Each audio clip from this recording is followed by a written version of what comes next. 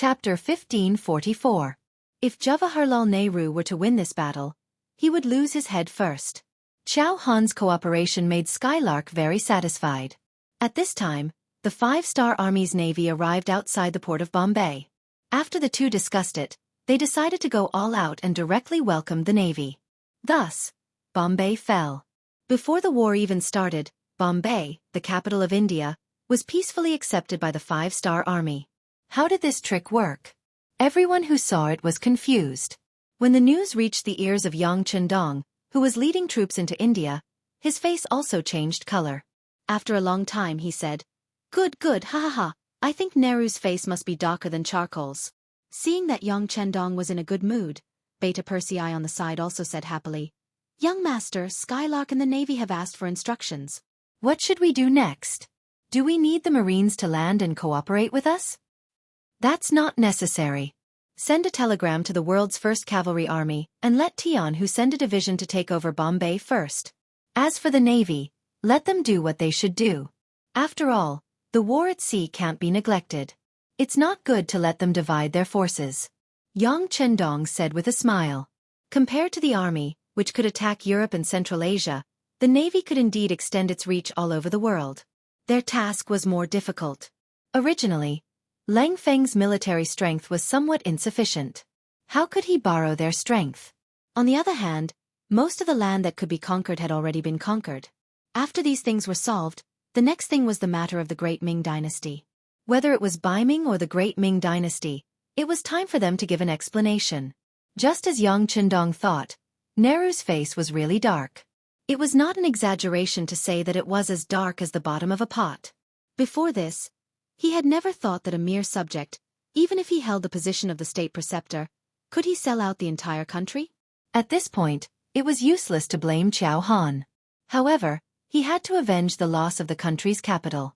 He had already received news that the Five-Star Army's navy had evacuated from Bombay, leaving behind 10,000 Five-Star Army cavalry. Since this was the case, he must take back the country. He wanted the ministers and people to see that as the King of India, he had the ability to compete with the Five-Star Army. He called his confidant General Matur and gave him 50,000 soldiers, of which 10,000 were cavalry and 40,000 infantry. He ordered him to rush to Bombay. In order to let the army be able to exert their maximum power over the course of the day and night. And there were many officials left in their way, and presumably, the wealth in their hands would not be small amount of wealth B's wealth was. Ma gather us armies B's army, and armies greats, and in the armies the army and go, B's armies army head set. As soon as they moved, the Five-Star Army received the news that Gong Feng, the division commander of the World Cavalry's 1st Army's 5th Division, was in charge of replacing the navy to guard Bombay. This person was one of Yang Chendong's students, and was also a talent in both civil and military affairs. Tian sent him to guard Bombay after much consideration. For example, once the Indian army counterattacked, the 5th Division commander would definitely not disappoint the mission. In Bombay, when Yang reported the news to Gong Feng, he also carefully observed the division commander who was nearly 30 years old. When he saw that Gong Feng was not anxious, his eyes were as calm as water, and when he looked carefully, a trace of excitement could be seen. Yang knew that his worries were unnecessary. Director Yun, I will leave 2,000 cavalry for you. At that time, I will need you to take care of the security in the city. Gong Feng already had a plan in his mind. He was afraid that the enemy would not come. Since they came, there was no reason to let them go. Well said, well said. Seeing that Gong Feng was so polite, Yang did not dare to be the slightest bit careless. In terms of rank, one was the branch chief of the security bureau, and the other was a division commander. No one could say for sure who had a higher rank. However, the other party came from the World Cavalry's 1st Army and was Yang Chendong's student. How could a division commander compare to him?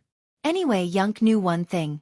If he provoked this person, he was an existence that could go straight to heaven.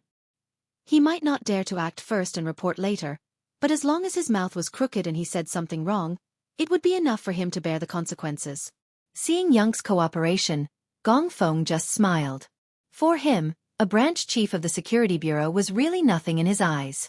However, he would not offend the other party for no reason.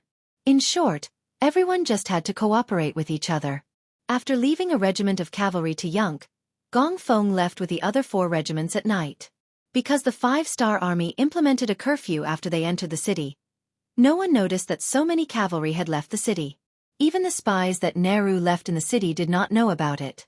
Gong Feng had already made arrangements for the 5-star barracks in the city. He got the soldiers to shout in unison when they had nothing to do, creating the impression that they were training with a large number of people. This could fool some people for a short period of time. After the matters in the city were arranged, Gong Feng left the city. As for where he went, even Jianghu did not know. However, he had a feeling that this general had set up some kind of trap for the enemy to come and take advantage of. However, he did not know if the enemy would fall for it. Would it be inappropriate? Could you please remove the word no? The answer was obvious. He would definitely fall for it. This was because Ma Tuer, who was leading the troops, did not know what was happening in the city. He got the news from his spies that everything in Mumbai was as usual. He did not see any reinforcements from the 5-star army, nor did he see any movements from the 5-star army in the city. Caution is the parent of safety. Order the cavalry to be at the back and the infantry to be at the front. Ma Tuer was entrusted with such an important task by Nehru, so he naturally had a certain level of ability. He did not think that the 5-star army did not know about his arrival. However, the other parties still did not do anything. This was somewhat thought-provoking. Before figuring out the true intentions of the other party, Ma Tuer decided to be careful. He placed his cavalry at the back so that if something unexpected happened, he could change according to the situation. It was this move that saved Ma Tuer's life. This was because at this time, Gong Feng had already surrounded them with 4 regiments of the world's first cavalry army. Who said that a small number of people could not surround them? With more people, there were still many mountains, forests, and rivers in this area. Gong Feng had already dug a hole and was only waiting for the enemy to enter the hole before pulling in the net. The Indian Army was given another name by the netizens in the future. Indian Army. We all know that Indian Army likes to cheat and do some crazy things. In particular, their arrogance left a deep impression on people. It was like during a military parade. A motorcycle often carried dozens of people. If one said that it was a peacock spreading its tail, then it would be a shame to the beautiful peacock. At this time, although the Indian Army did not have the nickname Indian Army, when it came to arrogance, they were not at all inferior. They were also very poor and arrogant. Their so-called 500,000 standing troops were just some civilian groups that were of moderate age but did not have any formal training. Perhaps in the eyes of many people, the younger troops were a sign of strength. Therefore, other than age, they could be said to be lacking in other aspects. Just like the weapons in their hands now, there were all kinds of weapons. There were long spears, long knives, long swords, short swords, and some wooden sticks mixed in. It gave people the feeling that it was a hodgepodge. However, such an army still had a complacent look. It seemed that no matter what kind of opponent they encountered, with their youth and strength, they could charge and win. They wore unlined clothes, and it was obvious that there was no cloth armor on them, not to mention armor. With such equipment, even Xianxia's local troops could not enter. Now that they were targeted by the elite of the elites, the 1st Cavalry Division, how could they have a good time? When night came, the Indian Army was still hurrying. This was not because they were very obedient, but because Ma Tuer, as the general of the army, had painted a big pie for them. After reaching Mumbai, they could loot for 5 days. It was this noble idea that made it impossible for them not to be faster. It seemed that if they were late by 1 step, they would not be able to get anything. This caused the formation of the Indian Army to be in disarray. Many of them were already panting heavily, but no one was willing to give up on the journey and give up on their dreams and goals that they couldn't achieve. In the forest beside the official road, Division Commander Gong Feng was looking at the scene in front of him with night vision binoculars. At first, he was even a little dumbfounded. This was very different from what he imagined a regular army to be. At one point, he thought that this was a trap prepared by the enemy for him to enter. After observing for a while, he saw that the last 10,000 cavalrymen were finally wearing cloth armor. Only then did he breathe a sigh of relief. Although cloth armor was the lowest equipment and was not in Gong Feng's eyes, at least there was a difference. Since the cavalrymen were wearing cloth armor, it was very reasonable for the infantry not to wear armor. Seeing the Indian Army enter his encirclement unknowingly, Gong Feng, who originally only had a 70% chance of winning, was now at least 90%. He couldn't help but wonder how the Indian soldiers would react when faced with a charge from a cavalryman clad in solid armor. Would they be defeated in one hit? Everything had to be done with facts. In the darkness, a bright red flash suddenly rose in the forest.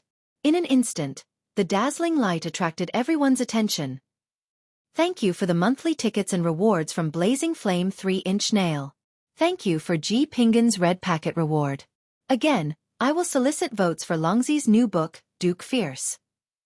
Friends who pretend to be real can go and take a look. Longzi admits that he is very diligent. Thank you again for your support.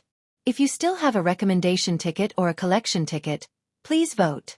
This is very important for the new book. Longzi knows that everyone is supporting him and will be more diligent. Thank you. Military Supply Deming will be completed soon. I will strive to update 4 to 3 times a day before the completion. Don't worry, no matter what happens, I will not stop updating. I guarantee a smooth completion. Thank you again for your support. Chapter 1545. The sudden appearance of the red light immediately attracted the attention of the 50,000 Een soldiers. They were still wondering what it was and why it was so bright and beautiful. Suddenly, the sound of horse hooves could be heard from below their feet and into their ears. It's an ambush. Ma Tuer, who was riding his horse, also saw the red light. Instinctively, he had a bad feeling. When the sound of hooves entered his ears, his first reaction was that the enemy had arrived. He had not received any reports and there shouldn't be any cavalry from the 5-star army nearby. So where did this commotion come from? What was going on? With 70% confusion and 30% doubt, Ma Tuer followed the sound and looked forward. What he saw was the chaotic scene of the army formation. The 5th Heavenly Cavalry Division had attacked. The red signal flare was the order to launch an all-out attack. A total of 4 regiments, totaling 8,000 cavalrymen, charged out from all directions, charging towards the Indian infantrymen on the main road. Before they even arrived, the Big Dipper crossbows in their hands were already activated. As the arrows rained down, the Indian soldiers who did not know what was going on were met with a barrage of attacks. He didn't greet them, nor did he challenge them to a fight. The first thing he did was launch an all-out attack. As the crossbow bolts rained down one after another, cries of agony could be heard coming from the Indian soldiers who were dressed in simple clothes. This was the biggest difference between having armor and not having armor. In some dynasties, in order to not suppress the bravery of the commoners, the officials allowed them to carry weapons or self-made crossbows. However, they would definitely not be allowed to carry armor. Just from this point alone, one could see the difference between having armor and not having armor. On the battlefield, even when faced with a rain of arrows, soldiers with armor had a 30% chance of survival. Even when facing an opponent, they could still be injured in 4 or 5 places before dying. However, soldiers without armor did not have such ability. Usually, victory or defeat would be decided in a single exchange. The Indian soldiers without armor were completely defenseless against the Big Dipper crossbows at close range. Initially, they thought that this would be a good mission. They only needed to rush to Mumbai and attack the city with their advantage in numbers. By then, there should be reinforcements from the city. By then, the city gate would be breached under the pincer attack from both sides. By then, it would be time for them to reap the rewards. Who would have thought that they would run into enemies halfway through their journey? Moreover, it was when they were extremely tired. At this moment, facing the crossbow bolts from afar, even if some people wanted to turn around, they couldn't do so. Not to mention, the 5-star army's cavalry seemed to be everywhere. They didn't even know which direction to run to. They were like headless flies. Other than being helpless and dying, they didn't know what to do. In the future, when tens of thousands of Ming soldiers faced thousands of Jianghu soldiers, they would be defeated in one blow. In the future, when tens of thousands of Ming soldiers faced hundreds of Japanese soldiers, they would also frantically retreat and throw away their cannons. This was enough to prove the difference between elite soldiers and mediocre soldiers, as well as the difference between good equipment and plain clothes. Just like now, facing the fully armed soldiers of the world's first cavalry army and facing a sudden attack, the 40,000 Indian soldiers did not even have the chance to resist and were thrown into chaos. In the battle, there were countless people who died from being trampled. In the end, someone shouted, "Abandon your weapons and kneel on the ground." Those who surrender will live. In the dark night, black figures knelt on the ground one after another. Their movements were so orderly that it was as if they had rehearsed it hundreds of times. Compared to the incompetence of the infantrymen, the performance of the cavalrymen was slightly better. However, it was only slightly better. Under General Ma Tuer's orders, they even launched a counterattack. However, it was obvious that their cloth armor could not block the arrows from piercing through their bodies. However, what was even more unexpected was that when the battle was at its climax and the Indian cavalrymen still had the advantage in numbers, Ma Tuer, who was leading the troops, actually led the 1,000 or so cavalrymen to escape. This was because he could not see any hope of victory. In addition, in the dark night, he did not know how many 5-star army soldiers there were. He was very worried that if he continued to fight, he would lose his life here. As such, he might as well just leave. The fact that their general had escaped was a huge blow to the Indian cavalrymen. In addition, the 5-star army's cavalrymen seemed to have an endless supply of arrows. In the end, they also chose to surrender. 8,000 against 50,000. With the advantage of equipment and combat experience, the battle was over in just over 6 hours when the sun rose. At this time, the Indian soldiers realized that there were less than 10,000 of the 5-star army soldiers surrounding them. However, at this moment, they no longer had any weapons and were like meat on a chopping board. They could not muster up any will to resist. When evening came, Division Commander Gong Feng led the army back to Mumbai with 30,000 Indian soldiers. This scene was witnessed by the common people in the city. They did not know when the 5-star army left the city, but when they saw that only a few thousand cavalrymen were able to escort tens of thousands of Indian soldiers into the city, many of the common people's faces turned gloomy. Their own army was so weak that it caused the little bit of pride in their hearts to diminish. After Ma Tuer's army was defeated, he returned to Vidar city 3 days later. He cried and complained about the shamelessness of the 5-star army. He even exaggerated that 70 to 80,000 5-star army cavalrymen surrounded them and set fire and arrows on them. In the end, he was unable to turn the situation around and killed his way back. King Nehru's face was naturally filled with anger. He cursed Ma Tuer's incompetence in his heart. He did not believe that there would be any 5-star army cavalrymen around Mumbai city. However, considering that they were in dire need of manpower, if he really killed Ma Tuer, it would inevitably cause panic among the other generals. In the end, he only reprimanded Ma Tuer and allowed him to take the blame. In the eyes of the other generals, Nehru displayed the image of a benevolent king. Everyone praised him endlessly. The rest of the generals expressed that when they encountered the main forces of the 5-star army, they would definitely risk their lives to repay the king's kindness. In the eyes of Nehru, all of these made him very satisfied. He took the opportunity to announce that he would send out 300,000 soldiers and set up a defensive line in front of the Godavari River. For this, he even took out the cannons and guns he bought from the Westerners and put on a look that said he would take care of whoever came. However, no matter what, after Matl's defeat, Nehru's thoughts of splitting up his forces had been resolved. He could be considered to have completely given up on the vast land north of the Godavari River, and instead used a passive method to wait for the 5-star army's arrival. Time passed quickly. Half a month later, Yang Chendong brought the main forces of the 5-star army to Mumbai city.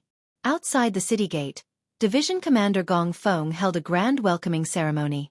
When the 5-star army entered the city one after another, the neat marching formation and the excellent equipment were displayed one by one in front of the Indian people. Some people who originally wanted to wait for the king to come back unknowingly gave up on that idea. The troops just entered the city normally, but some people's thoughts of resistance were extinguished. At this point, Yang Chendong had fully understood and used what was called creating momentum. Over the years, he had also become better at using the people's hearts and using momentum to achieve what he wanted. The army only stayed in Mumbai city for 2 days. After a short rest, they went out of the city and went straight to the Godavari River. Nehru was waiting for a decisive battle. How could this not be what Yang Chendong wanted to see? Although the Delhi Sultanate had been attacked in the Battle of Myanmar and had to withdraw 20,000 troops, the pressure there had been reduced to a certain extent. But after all, the war was still going on. Every day that was delayed would cause the development of the Delhi Sultanate to stagnate. If he could settle the matter of India earlier, he could send troops to help. In comparison, if he could have a decisive battle with the Indian army earlier, he would not delay it by a day. Tianhu, the commander of the 1st Cavalry Army, and Su He, the commander of the new army, who had rushed to the Godavari River, had already reported that the Indian army had placed many cannons on the opposite side of the Godavari River. They even saw nearly 10,000 flintlock soldiers. This was the main reason why they had no choice but to stop the charge. It was just that this defensive formation was naturally a great existence in the eyes of the cavalry. But in Yang Qindong's eyes, it was really nothing. Comparing firearms? His Lung Feng was definitely at the ancestral level. When the 2nd and 4th divisions heard the news, they were also very excited. When they found out that the other party also had firearms, they really wanted to see for themselves. Compared to the cold weapons that were charging at them, they preferred to destroy firearms. It seemed to bring them more glory. In their excitement, the army moved very quickly. In just 5 days, they had reached the opposite side of the Godavari River. At the same time, the heavy cannons and other weapons in Lang Feng's hands arrived as well. The 5-star army had finally arrived. Nehru, who was in Bidar city at the rear, was also the first to receive the news. From this moment on, he became a little anxious. Although he had spent a lot of money to buy these firearms, how good were their performance? The power of these firearms had yet to be tested. At the same time, he also knew that the 5-star army also had firearms. He just did not know who would be more powerful when the two sides met. Just as Nehru was feeling anxious, on the morning of the 2nd day after the 5-star army arrived, the 2nd and 4th divisions of Lung Feng began to move. 75mm field cannons were pushed out from the army, constantly moving towards the Godavari River. During the meeting in the tent last night, Yang Qindong had introduced the range of the cannons to everyone. They could only fire about 3 li. Although these cannons were considered decent weapons back then, in the eyes of Lung Feng, they were really not enough. As the soldiers of Lang Feng pushed the cannons forward, they were naturally filled with confidence. They only stopped when they were about 3.5 li away. Chapter 1546. They were both using cannons and exploding shells, but the range of the cannons was 6 li. The distance of the cannons was more than twice that of the enemies. The outcome of the battle had already been decided before it even began. Everyone, pay attention. Once the enemy's cannons are destroyed, it will be time for our cavalry to charge. At that time, everyone must seize the opportunity to cross the river. The first to reach the other side will be given the highest merit. As the various divisions and commanders pushed forward with the cannons, they also mobilized their soldiers. According to the battle plan Yang Qindong had laid out last night, bombarding the enemy's firearms was only the first step. The most crucial step was to cross the river and fight. If they couldn't do that, it would only be a small victory. For this reason, the officers of the various armies and divisions who had accepted the mission mobilized their troops to chop down all the trees in the vicinity as soon as the sun rose. They made simple wooden bridges so that they could cross the river at any time. This time, those who followed Yang Qindong were all veterans who had been on the battlefield. Many of them were no longer afraid of war. On the contrary, because of Yang Qindong's emphasis on military merit, many of them were excited as if they had been injected with chicken blood. They were afraid that there would be no war to fight. That would make all the skills they had learned useless. It could be said that it was precisely because of this powerful security system and the establishment of military merit awards that the 5-star army would not develop a battle weariness even when they were fighting everywhere. It wasn't easy for them to rely on war to live a good life. How could they dislike war and give it up in the end?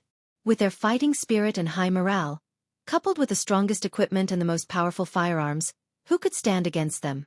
When the cannons were pushed to the front of the Godavari River, only 1.5 li away from the Indian cannons, the 2 divisions and 400 cannons stopped. Following that, boxes of cannons were pulled up by horses and mules. The cannons were opened and the cannons were dismantled. The preparations for the cannons were done in an orderly manner. On the other side of the Godavari River, many of the Indian generals saw all of this. Ma Tuer, who was trying to redeem himself, even estimated the distance between the two sides. When he confirmed that it wasn't within the range of the cannons, he could only shake his head helplessly. Then, he looked at the 5-star army on the other side of the river. He wanted to see what the Han army was going to do. At the same time, he would occasionally glance at the rear of the army. Due to his previous experience of being defeated by the 5-star army, he had formed a 20,000-man inspection team. If anyone dared to take a step back during the battle, they would be treated as deserters and killed without mercy. It was precisely because of this preparation, coupled with the danger of the Godavari River in front of them and the firearms and cannons on the side, that Tuer felt a bit more confident in this battle. Last check, reload the cannons in 3 minutes. As the commander of the Lang 2nd Division, Xiao Feng's experience came into play. This time, he became the commander of both the Lang 2nd Division and the Lang 4th Division. In the following time, the cannoneers quickly checked the cannons. When there were no problems, the soldiers picked up the cannons and prepared to reload at any time. Xiao Feng turned around and after confirming that there were no problems, his expression turned serious. As he shouted for the cannons to fire, the small red flag in his right hand fell down. Instantly, 400 cannons fired at the same time towards the other side of the Godavari River. There was no test firing, nor was there any calibration. There were simply too many Indian soldiers on the other side of the river. Looking from afar, it seemed as though there was no end to the number of tents. With so many targets, it was impossible for the cannon to miss. Xiao xiao xiao. Xiao xiao xiao. The cannons let out a pleasant sound as they pierced through the air and landed on the Indian camp on the other side of the Godavari River. Some landed on the enemy's cannons, some landed among the gunners, and some landed among the archers. There were even some that landed beside the tents, uprooting them one by one. With a loud bang, the orderly Indian camp was replaced by a cloud of smoke. Cries and screams could be heard from the camp. The cannons landed with a loud bang and a ferocious force that greatly exceeded the expectations of the Indian soldiers. When many of them were hit by the cannons, their bodies were smashed to pieces, or they were injured by the aftershocks of the cannons, losing an arm or a leg. The camp was filled with the cries of ghosts and howls of wolves. Ma Tuer, who was riding on his horse, was also frightened by this scene. His war horse also shook its head and wagged its tail because of the loud explosion. If he did not control it with all his might, it would have already turned tail and fled. Calm down, calm down. Facing this sudden change, although Ma Tuer's face was pale, he still did his duty and shouted, "Immediately order the cannons to fire back." Although he knew that the distance was not enough, Ma Tuer could not think of a better idea.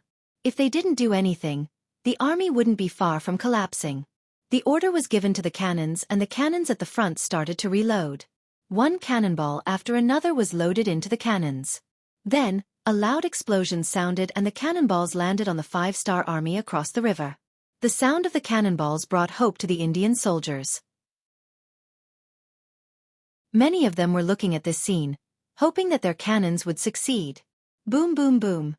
Boom boom boom. The sound of cannons rang out and landed about 200 to 300 meters in front of the 5-star army, creating craters one after another. However, that was it.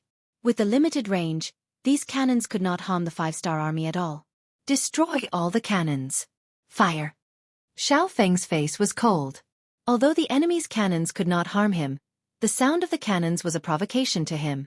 Since they dared to fire back, he would not be able to recognize his parents if he did not beat them up.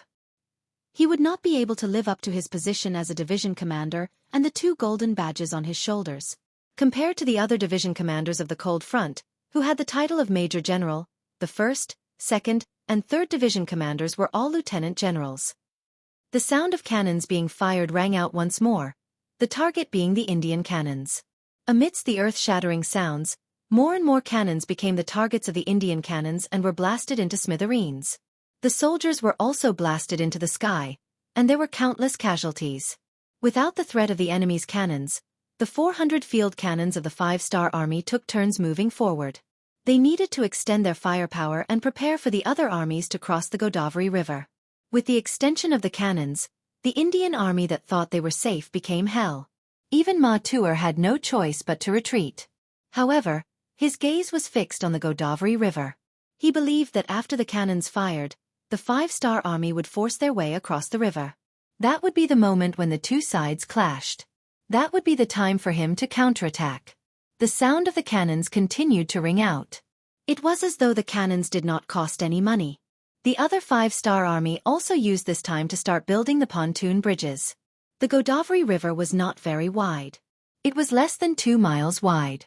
The most important thing was that the river was not deep. The shallowest part was only a meter deep and the deepest part was only 3 meters deep. Furthermore, the river was not turbulent. Under such conditions, The five-star army only needed to follow their usual training and build the pontoon bridges. By the time the giant logs were laid down one after another to form a bridge, it was already more than 4 hours later. With the combined efforts of 30,000 soldiers, the first pontoon bridge was completed. Following that, the 2 regiments of the 2nd Regiment and the 4th Regiment became the first batch of soldiers to cross the bridge. They held onto their Type 95 rifles and various heavy and light machines. They carried enough ammunition and rushed to the other side of the river. Very quickly, they established the first line of defense. With just one pontoon bridge, it was unknown how long it would take for an army of 200,000 to cross. Thus, the 2nd and 3rd pontoon bridges were quickly constructed. Compared to the difficulty of the first pontoon bridge, the subsequent construction was much faster. They could build both pontoons at the same time. In the end, they only needed to connect the pontoons. The main focus of the five-star army was still on the pontoon bridges. This gave the Indian army a chance to counterattack. Mater, who had been waiting for this opportunity, immediately gave the order for the entire army to charge forward. Not only did they have to blast the five-star army into the river, they also had to destroy the pontoon bridges. This was also the only chance for the Indian army to turn the tables. As long as they did not allow the five-star army to cross the river, they would be in an invincible position. Behind them were the 20,000 soldiers of the inspection team, who were staring at them like tigers watching their prey. To the majority of the Indian army, they could either stand there and wait for the cannons to blast them to pieces or charge forward and chase the five-star army back. Without any other choice, more and more Indian soldiers chose to take the initiative to attack. In their eyes, this was not only a matter of luck. If they did well, they could even earn merits. It was the only way for them to survive. In the blink of an eye, more and more Indian soldiers launched their counterattack. They held onto all sorts of weapons and shouted out various slogans to boost their courage. Some of them even tore off their clothes, leaving their upper bodies bare. It was as though they were fighting to the death. With so many people charging forward, the aura they exuded was shocking. If it was a cowardly person, they would have already trembled and not know what to do. However, for the battle-hardened soldiers of the Cold Front, such a small battle was nothing. On the contrary, with so many military merits in front of them, everyone's eyes lit up. Their fingers involuntarily reached for the trigger.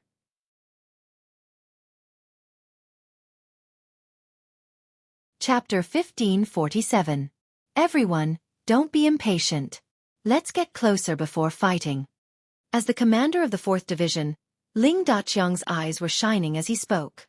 Unknowingly, he had already picked up a light machine gun and was ready to shoot. 800 steps, 700 steps, 600 steps. The Yin army was getting closer and closer. Those with good eyesight could even see the ferocious expressions on their enemies' faces. However, this did not affect the mentality of the cold vanguard soldiers at all. They all remembered the main points of their training, held their breaths, and adjusted their breathing to ensure that they could hit the target more accurately when they fired later. 400 steps, 300 steps, 200 steps, 180 steps. At this distance, it was guaranteed that the 95 style would be able to unleash its greatest power. At this moment, Commander De Chong finally shouted, "Everyone, fire!" Da-da-da. Da-da-da-da. The impatient soldiers of the five-star army raised their guns and started firing. Countless bullet casings jumped out of their guns and landed beside them. Countless bullets flew forward and hit the Indian soldiers who were charging at them. Puff puff puff. Thump thump thump. Clang clang clang. Under the sounds of gunfire, more and more Indian soldiers were shot dead, falling on the path of the charge. However, the Indian army didn't seem to have any intention of stopping. They were still holding on to their swords, spears, swords, and rods as they shouted loudly. They looked like they wouldn't give up until they achieved their goal. Yang Chendong, who was riding on the white dragon, was also moving forward with the army. Through the binoculars, he saw everything that was happening. At this moment, his heart suddenly trembled violently. He seemed to have seen the scene at Bali Bridge in the late Qing dynasty.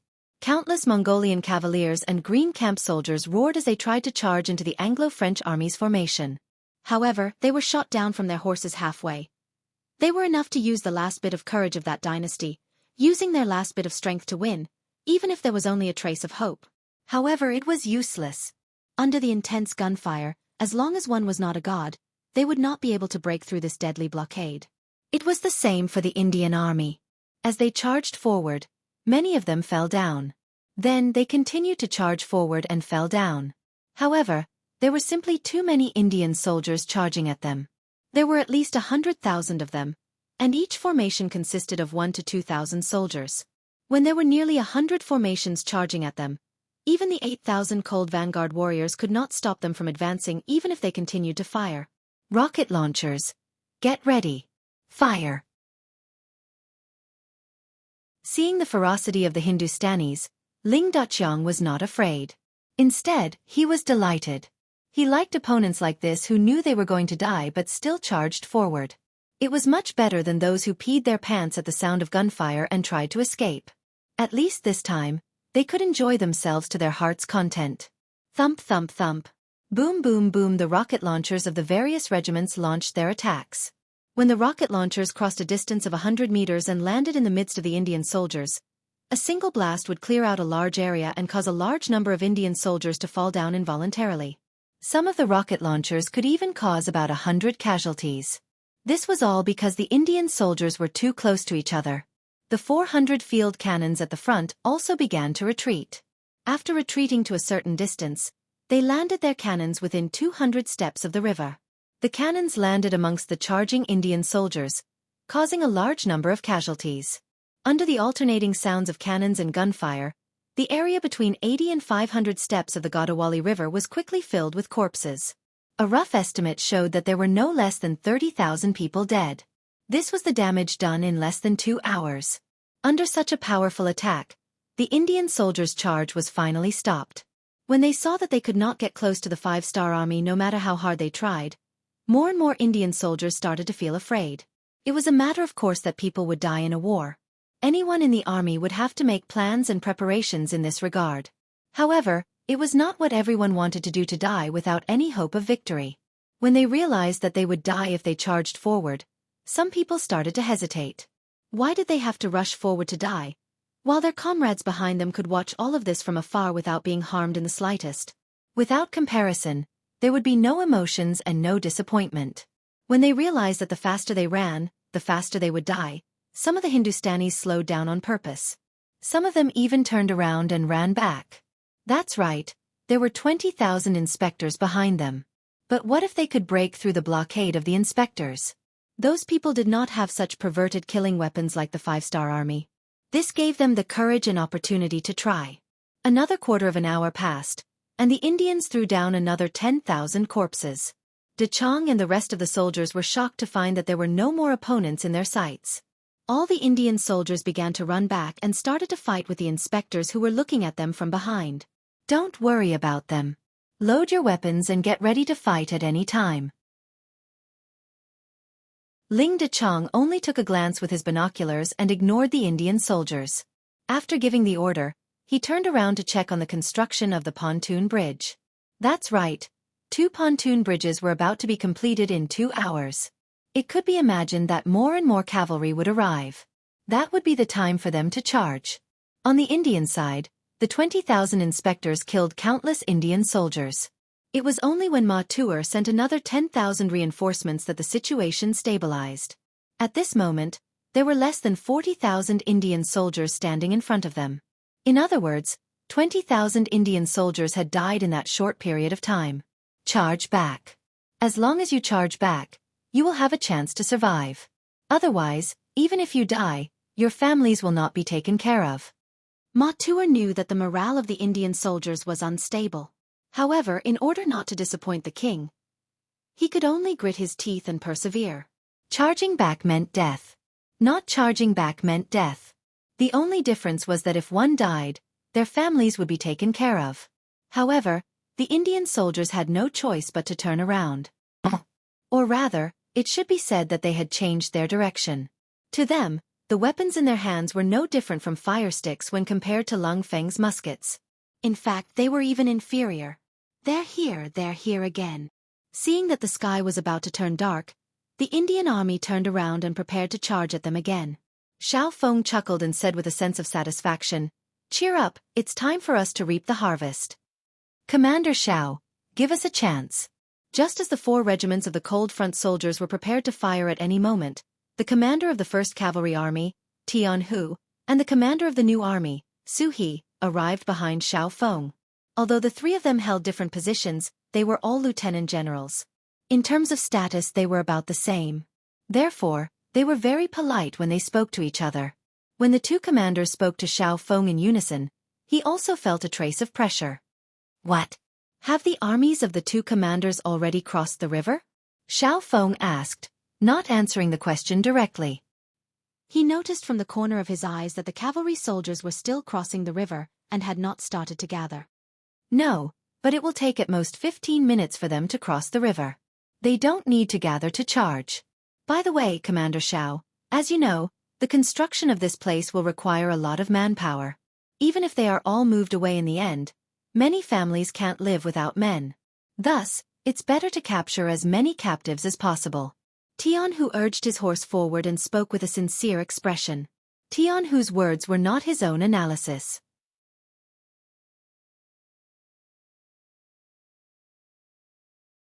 Chapter 1548. They knew that rushing forward would most likely result in death, but they had no other choice. General Mater obviously wanted to use them to consume the ammunition of the 5-star army. The only thing they could do was to be a somewhat useful live target.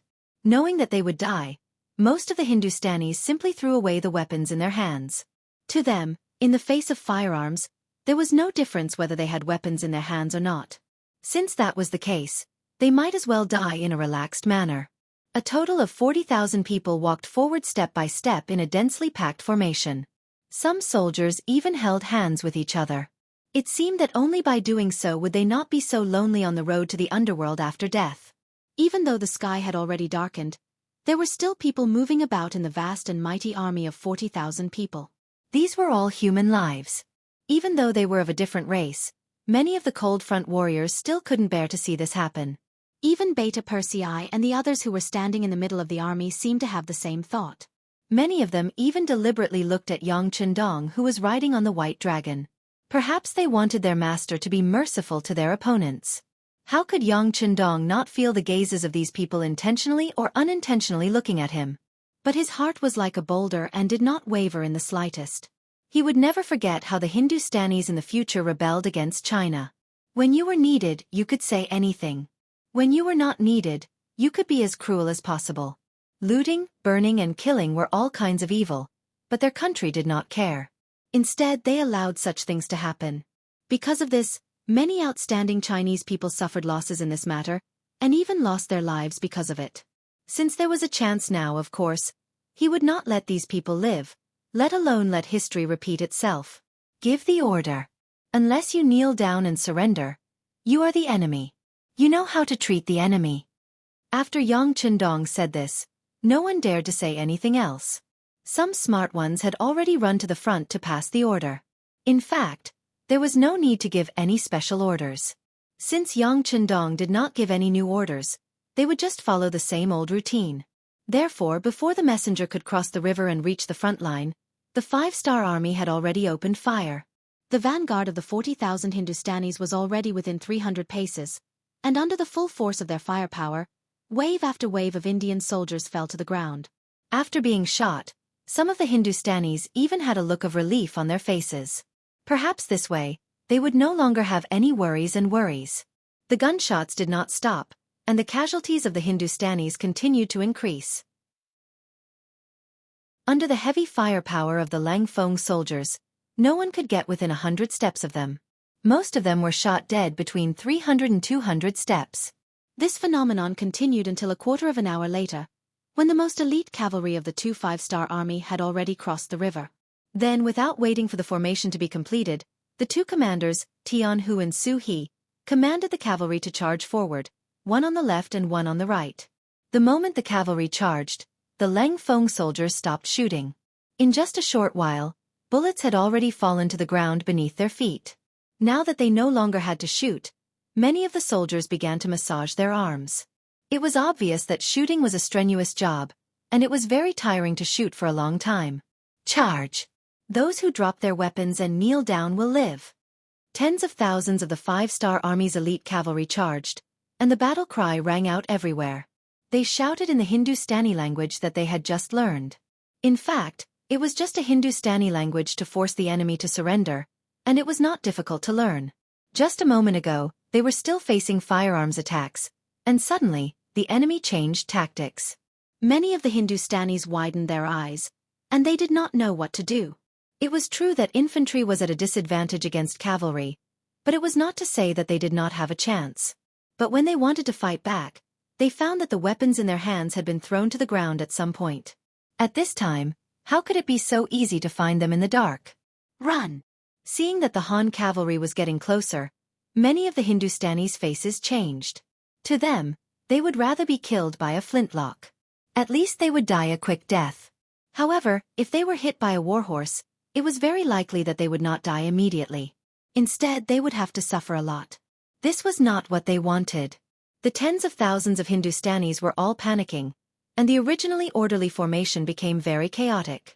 Everyone turned around and ran. It was as if whoever was a step slower would suffer the pain of being trampled by 10,000 horses. In such a chaotic environment, how many people would seriously listen to the Five-Star Army's slogans to surrender? Due to the cavalry's charge, the battlefield became even more chaotic. This greatly exceeded the expectations of Grand General Wuxia behind him. He did not deny that the infantry was sent to exhaust the Five-Star Army's ammunition. He had seen the firearms that his king bought from the West, and he knew that it required a lot of gunpowder to fire. Once there was no gunpowder, the gun was no different from an ordinary stick. He hated the fact that the Five-Star Army appeared and destroyed his artillery and firearms. Otherwise, he would not have to use manpower to exhaust bullets in exchange for a chance to win. However, who would have thought that the gunshots would stop? Just when he was thinking that the Five-Star Army's gunpowder was about to run out, he suddenly saw the black shadow rushing back. Not only that, the ground under his feet began to tremble. What's going on? After Wuxia exclaimed, he instantly thought of a possibility. Then he said in shock, "Not good, the Five-Star Army's cavalry has already crossed the river. They are charging. Come, archers. Where are the archers? Prepare to counterattack." As he shouted, Wuxia's eyes revealed a hint of joy.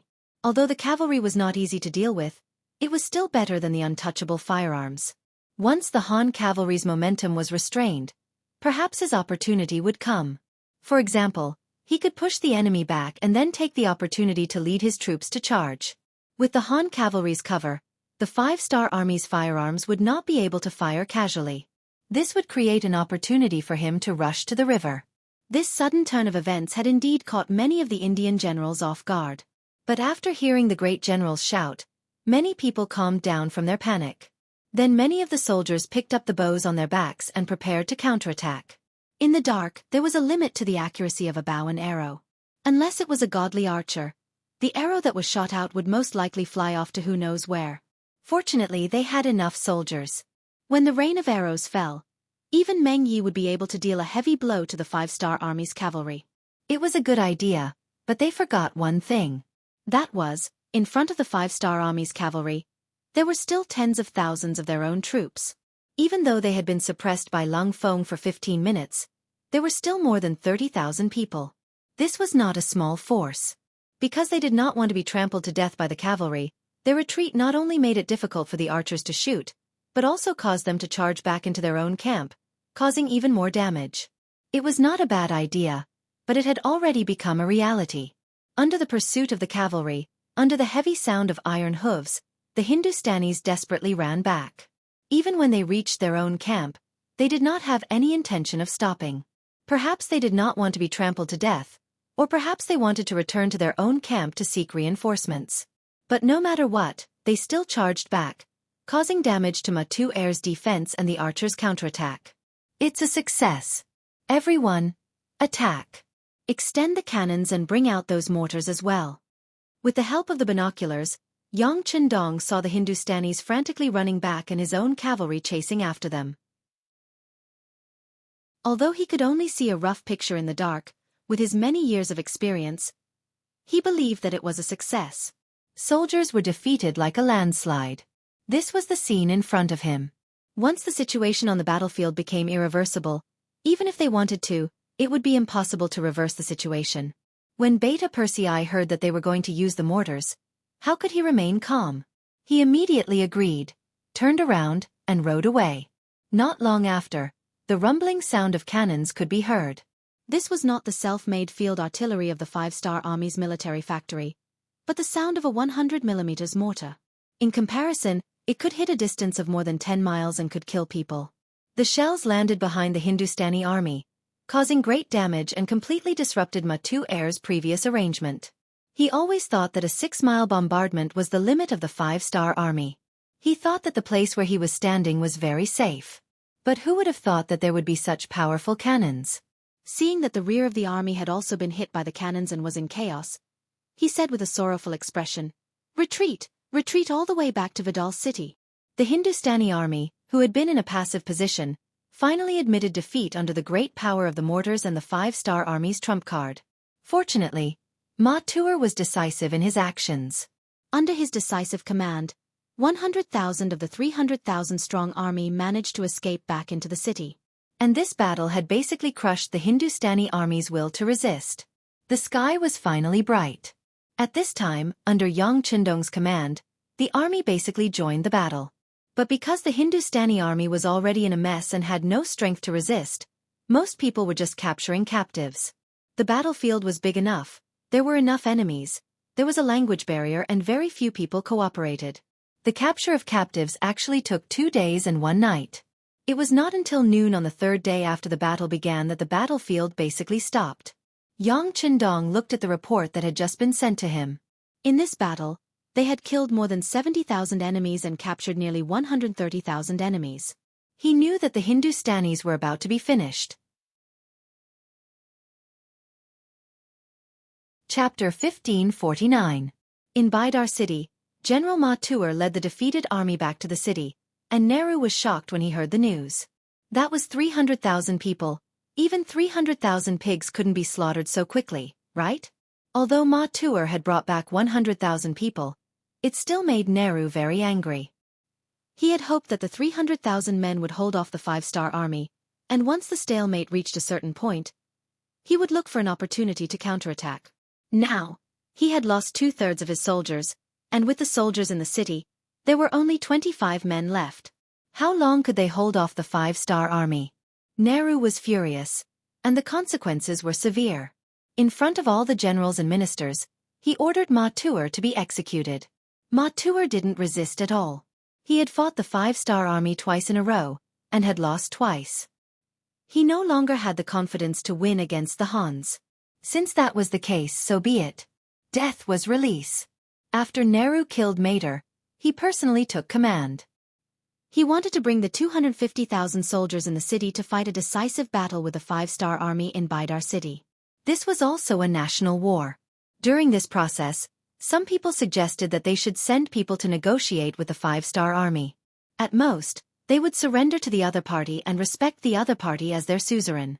There were also people who suggested that they should continue to retreat. They could retreat to Gabaja city. If that didn't work, they could retreat to Bangalore. Speaking of which, India's territory was not small. However, these 2 points were rejected by Nehru in the end. Surrendering was impossible. He understood that in front of the 5-star army, there was only the possibility of annihilation. There was no such thing as peace in exchange for surrender. Since they were going to be annihilated no matter what, they might as well give it a try before they die. As for retreating, where would they retreat to the day after tomorrow?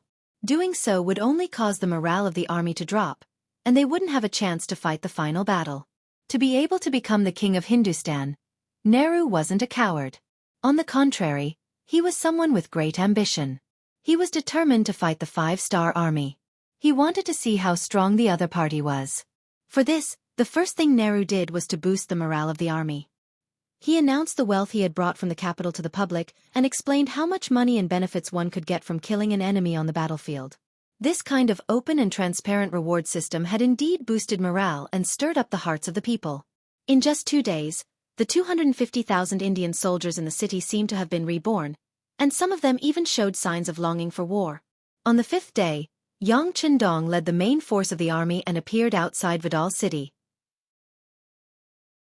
When he learned that King Nehru did not escape, but was prepared to fight to the death with him here, he was naturally very happy.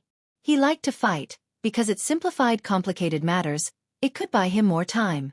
And in order to fully respect this opponent, he was determined to show his ability, such as using the Air Force. He didn't try to understand the situation in the city. Although there were spies from the intelligence department in the city, they weren't equipped with radios and couldn't spread any news. And even without the support of intelligence, Yang Chendong could imagine that since Nehru didn't intend to leave, he must have made ample preparations and was waiting for Yang Chendong to attack the city. Since that was the case, let's see who's more powerful. On the first day outside the city, the Air Force couldn't take off due to the heavy rain. Yang Chendong endured for an entire day, which further boosted the morale of King Nehru. He shouted arrogantly that the five-star army wasn't invincible, and they were probably afraid of his army. This boosted the morale of the 250,000 soldiers in the city by a large margin. In such a situation, without the support of advanced weapons, it was really impossible for the 200,000 soldiers of the five-star army to take down Pidal City. In ancient times, the existence of a strong city would often deter the enemy. Sometimes, in order to take over a city, it was possible for the enemy to surround it for a few months, half a year, or even longer. That was also why the wise monarchs in ancient times had the desire to expand their territory, but were often unable to do so. But in Yang Chendong's eyes, all of that was nothing. The reason why he was able to lead his army to conquer such a large territory in just over a decade was because of the advantage brought by the large warehouse. He had advanced weapons that were far superior to those in this world, which was the greatest weapon that made him invincible and invincible. If it weren't for the fact that he didn't want to kill indiscriminately and that he needed to leave a lot of people behind to build his homeland, he could have formed an Air Force helicopter brigade, tank brigade, and war chariot brigade. Just think about it, if he took out those things, who in the world would be a match for him? This was especially true for those large caliber cannons that could shoot up to tens of kilometers, hundreds of kilometers, or even more. If he really let them unleash their might, the enemy would often be destroyed before they even knew what they looked like. Yang Chendong did not do that. What he needed was to conquer, not destroy. At the same time, he also needed a powerful army for his use, not an army that only knew how to use the advantage of weapons to fight weak enemies. If that was really the case, what kind of combat power would this army have when he was no longer around? He did not use his strongest ability because he did not need to. Even if he did not use his strongest weapon, he could still conquer one country after another in a very short time, expand his territory, and instill the idea of Han supremacy in the world. Now that he had come to India, it was only natural that he wanted to occupy this place. From then on, India would perish, and this country and race would no longer exist in the world. From then on, there would no longer be any incidents of Indians rebelling against China. Before he conquered this place, he did not mind teaching them a lesson, making them remember him forever, so that they would tremble at the thought of the five-star army, and lose their will to resist. When he thought of doing that, he had to deal them a heavy blow. Therefore, on the morning of the third day, when the sky cleared up and the sun hung high in the sky, the Air Force set off with an order. Over 100 hot air balloons soared into the air above Bidar city. At this time, on the city walls of Bidar, countless Indians were waiting in formation. Beside them, there were many temporary wooden huts. They were all made up of huge wooden sleepers, which were the preparations they had made to defend against the cannons. From the words of the 100,000 defeated soldiers, they knew that the cannons of the five-star army were extremely powerful, and had a long range as well. Mater had lost in this aspect. Nehru came up with such a method after learning from the mistakes of his predecessors. Although it could not completely suppress the power of the cannons, at least when the cannons were fired, there would be a place to hide. Perhaps they could not avoid being injured or dying in battle, but it was better than nothing. When he thought that he had done all this, he would have the ability to compete with a five-star army, or at least have the ability to fight a protracted war. But when he heard the exclamations of the soldiers, and saw the hot air balloons that had appeared above the city without him knowing, he was still shocked. What are these things? Nehru did not know, nor did he know what they were used for. But his intuition told him that these things must be very dangerous. After all, being able to fly in the sky was already a breakthrough in the thinking of many people. Because of the backward science, the ancients had always been in awe of the heavens.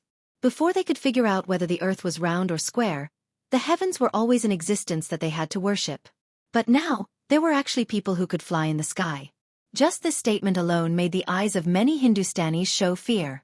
Although the stimulation of wealth did not cause any chaos, it was obvious that the morale of the army was greatly affected when they saw the hot air balloons floating in the sky. Although they did not know what these things floating in the sky were, they knew that they did not have these things, but the Han people did. As soon as the hot air balloons appeared, it attracted the attention of all the Hindustanis in the city. Not only were there 200,000 soldiers, but there were also more than 1 million civilians in the city. India was a large country with a large population at that time. As one of the largest cities in the country, Vidar city had long had more than 1 million civilians. This was also one of the reasons why Nehru was so confident. In his opinion, with so many civilians, as long as he did not suffer a crushing defeat, he could rise again at any time. Under the eyes of millions of people, the hot air balloons arrived above Vidar city. Then, a large number of wooden barrels filled with black oil fell from the sky like a fairy scattering flowers, falling toward Vidar city. Countless wooden barrels fell, but to the Hindustanis who did not know the power of the black oil, this did not make them feel anything. They only instinctively dodged. However, when the wooden barrels fell to the ground, a large amount of black oil poured out. Following that, many fire extinguishers fell from the sky and started a huge fire. That kind of scorching feeling and that kind of threatening fire caused many people to become alarmed and cry out loudly. Some of the kerosene fell on the city tower of Vidar city, and the fire immediately burst into flames. One after another, people shouted to put out the fire. The soldiers began to put out the fire with basins of water. This primitive method of putting out the fire naturally had no effect on the kerosene. Not only that, but the fire also became more vigorous in a short period of time because of the water. Many Hindustani soldiers were caught off guard and were burned by the fire, causing even more miserable screams. On the city tower, Nehru, who was protected by countless palace guards, stared at the scene in front of him with wide eyes, and his body trembled involuntarily. Chapter 1550. He knew that the 5-star army would have cannons to pave the way, and he was prepared to sacrifice some of his men. However, he believed that in the end, the siege still depended on people.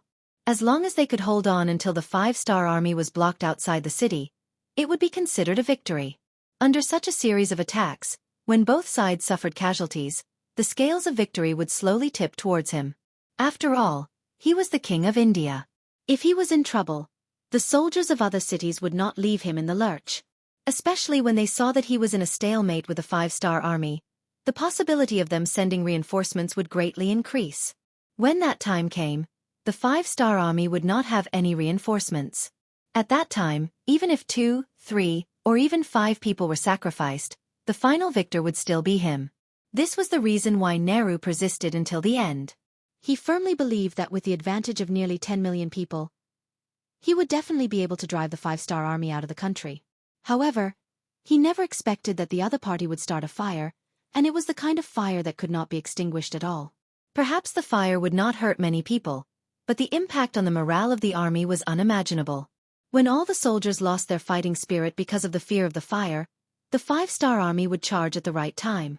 Who would be able to stop them? For this battle, he took out all his assets to reward everyone and raise the morale of the army.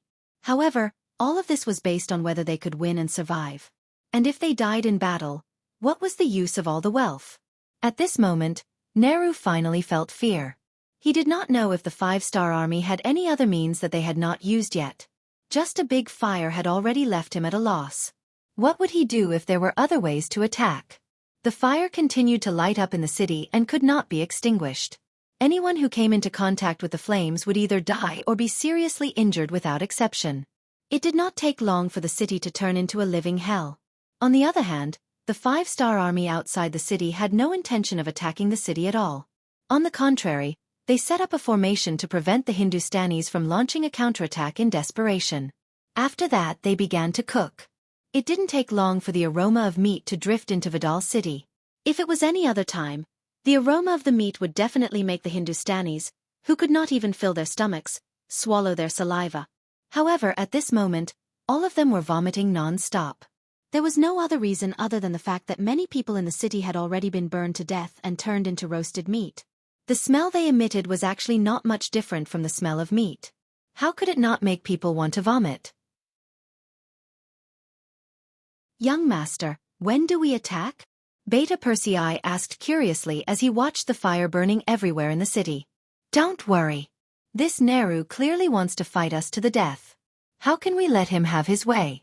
Let's burn it for a few days first. Yang Chendong had a confident smile on his face. What he wanted was to exchange the greatest victory for the smallest price. He wanted to see how many more days these Hindustanis could last. Yang Chendong was neither in a hurry nor slow. He had no intention of attacking the city at all. Every day, he ordered the Air Force to drop black oil barrels into Vidal City. The fire was put out again and again, and after 5 days of this, the city that had been bustling with life had turned into scorched land. Wails and cries could be heard everywhere. Not only did the fire burn many Hindustani soldiers and civilians to death, but it also ignited the piles of food that were originally stored in the city. The water source was also greatly damaged due to the fire. Seeing that it would not be long before the city fell into a situation of food and water shortage, even if the 5-star army did not attack the city, Nehru's face turned pale. He finally experienced the feeling of helplessness in the face of the 5-star army. He finally understood why the alliance army of nearly 1 million Khanates, which seemed so aggressive and powerful, would still be defeated by the 5-star army. This was an army that did not play by the rules, but at the same time, they had many trump cards up their sleeves. When faced with such an opponent, it was often impossible to guard against them. It was only natural that they would lose in the end. Your Majesty, our rations can only last for another 10 days at most. We don't have much water left. If this goes on, we... Finally, one of the generals asked Jawaharlal Nehru in a doubtful tone. Kill those who incite the army's morale. Nehru did not even look at the general. He just waved his hand. Immediately, the palace guards rushed forward and beheaded the person who spoke. When the other ministers and generals saw this scene, they all shrunk their necks. Nehru wanted to use this method to tell everyone that there was only one path for them to take, and that was to resist to the end. As for those who had other thoughts, they should all go to hell. A general died because of one wrong sentence. This made the others not dare to say anything even if they had other thoughts. They could only hope that the reinforcements would appear, or a miracle would happen, and the 5-star army would take the initiative to retreat. It was impossible to make the 5-star army retreat. Since they came with such a large force, how could they retreat without destroying the Hindustani royal family and occupying this place? As for the reinforcements? No one was a fool. The strength of the 5-star army was there for all to see. Unless one had enough confidence, who would easily get involved?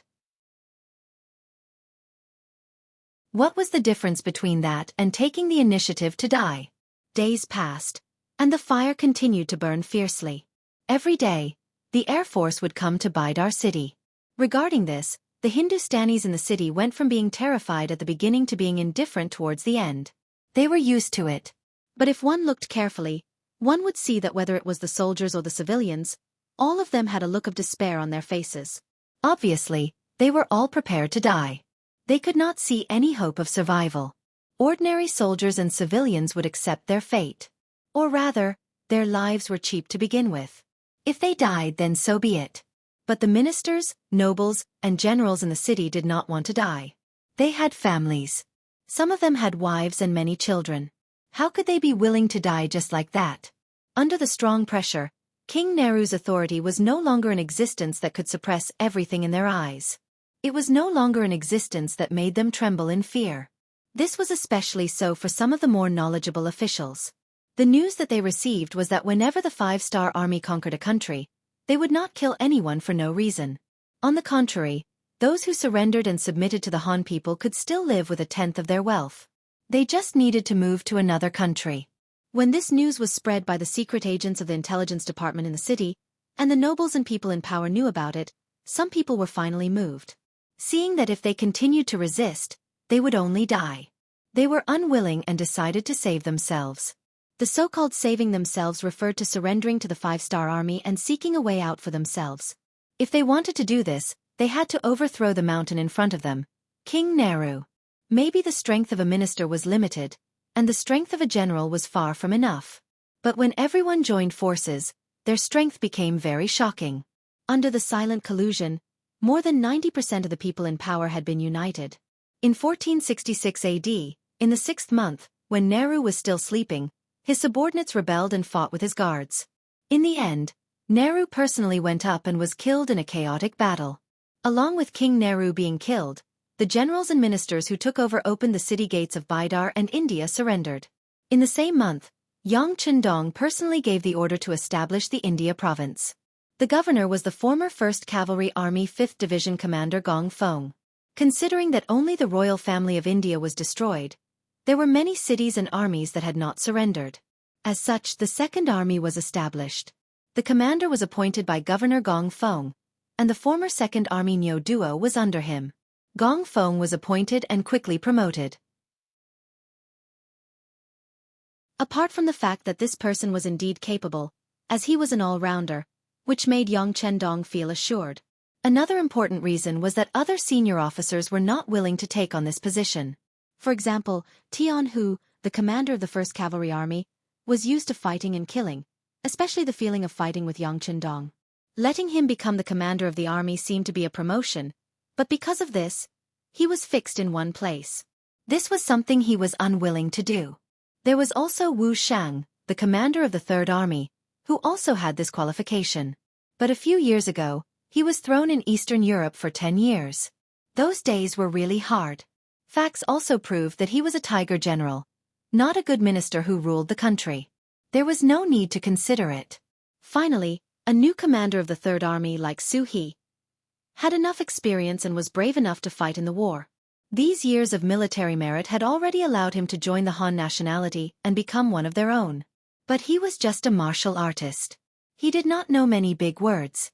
Counting on him to revitalize and build a place, then forget it. In the end, it was Gong Feng's turn. Although this person did not even have the experience of being a commander, he was now directly appointed as the commander of the army.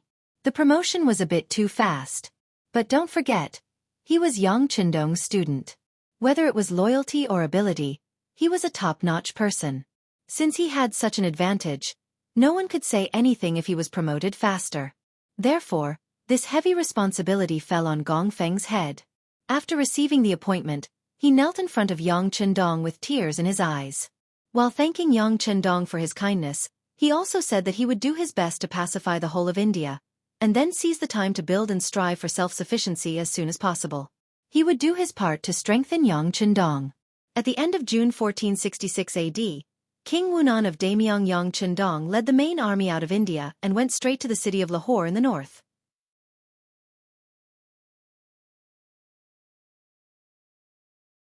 Chapter 1551. Sultanate. Delhi. When the news of the Indian King Nehru's men being killed and the 5-star army occupying the heavily defended city of Bidar without sacrificing a single soldier reached Delhi, King Lodi was truly terrified. The way he saw it, even if the Indian army was no match for the 5-star division, they would at least be able to hold on for a few years. That way, he would have sufficient time to make preparations. Whether it was recruiting a new army, expressing goodwill to the Han people, or even choosing a place to escape, there would be a path he could take.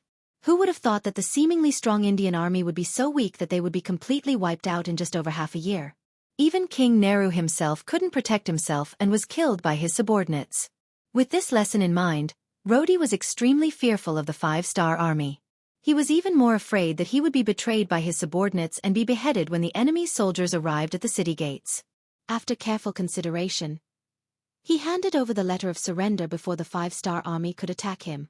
He was willing to hand over the entire Delhi Sultanate to King Wunan of Daimyong. He only asked for a place to spend his remaining years in peace, and for the other party to spare his army and people. By the time Yang Chendong arrived at Lahore after spending nearly 2 months, the Sultan's letter of surrender had also arrived. Yang Chendong, of course, accepted it with a smile. He then led his army straight into the Sultanate and entered the capital of Delhi. Outside the city gates of Delhi, Rodi changed out of his royal robes and wore the plain clothes of a commoner. He knelt in front of the city gates and handed over the king's seal and the tiger-moving seal to Yang Chendong in front of all the officials and commoners. He stayed in Delhi for 5 days and comforted Rodi. He also said that he would send him to Chichen City, where the weather was pleasant and the living facilities were good. It was the best place to spend his remaining years in peace. After that, he met with some of the officials in the country and won over many of their hearts.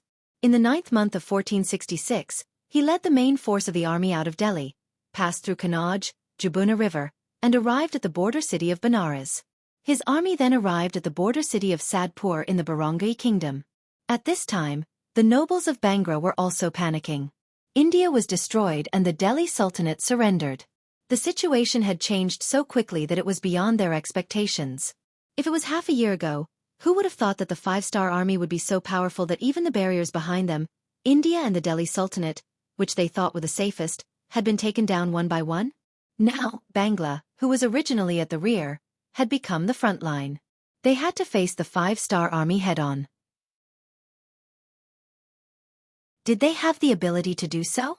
Before the main force of the five-star army could do anything to Sadpur city, two different voices were heard in Dhaka city. One wanted to surrender, while the other wanted to fight. Most of them were descending. It was clear that Bangla, with a population of less than 3 million and an area much smaller than India, was truly afraid. They might be able to take advantage of the fact that the five-star army was not paying attention to them to take advantage of them. However, when the five-star army treated them like a piece of cake and wanted to deal with them, their fear would appear in their bones. As the king, Abdul's power was not completely centralized.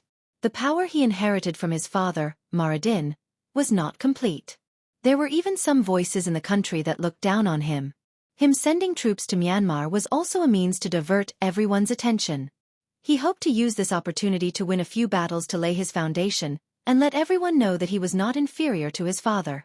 On the contrary, he was even stronger. His train of thought was correct. Usually, a new king would use some external methods to settle internal matters and achieve the goal of centralizing power. However, the bad thing was that they should not have chosen the five-star army as their opponent.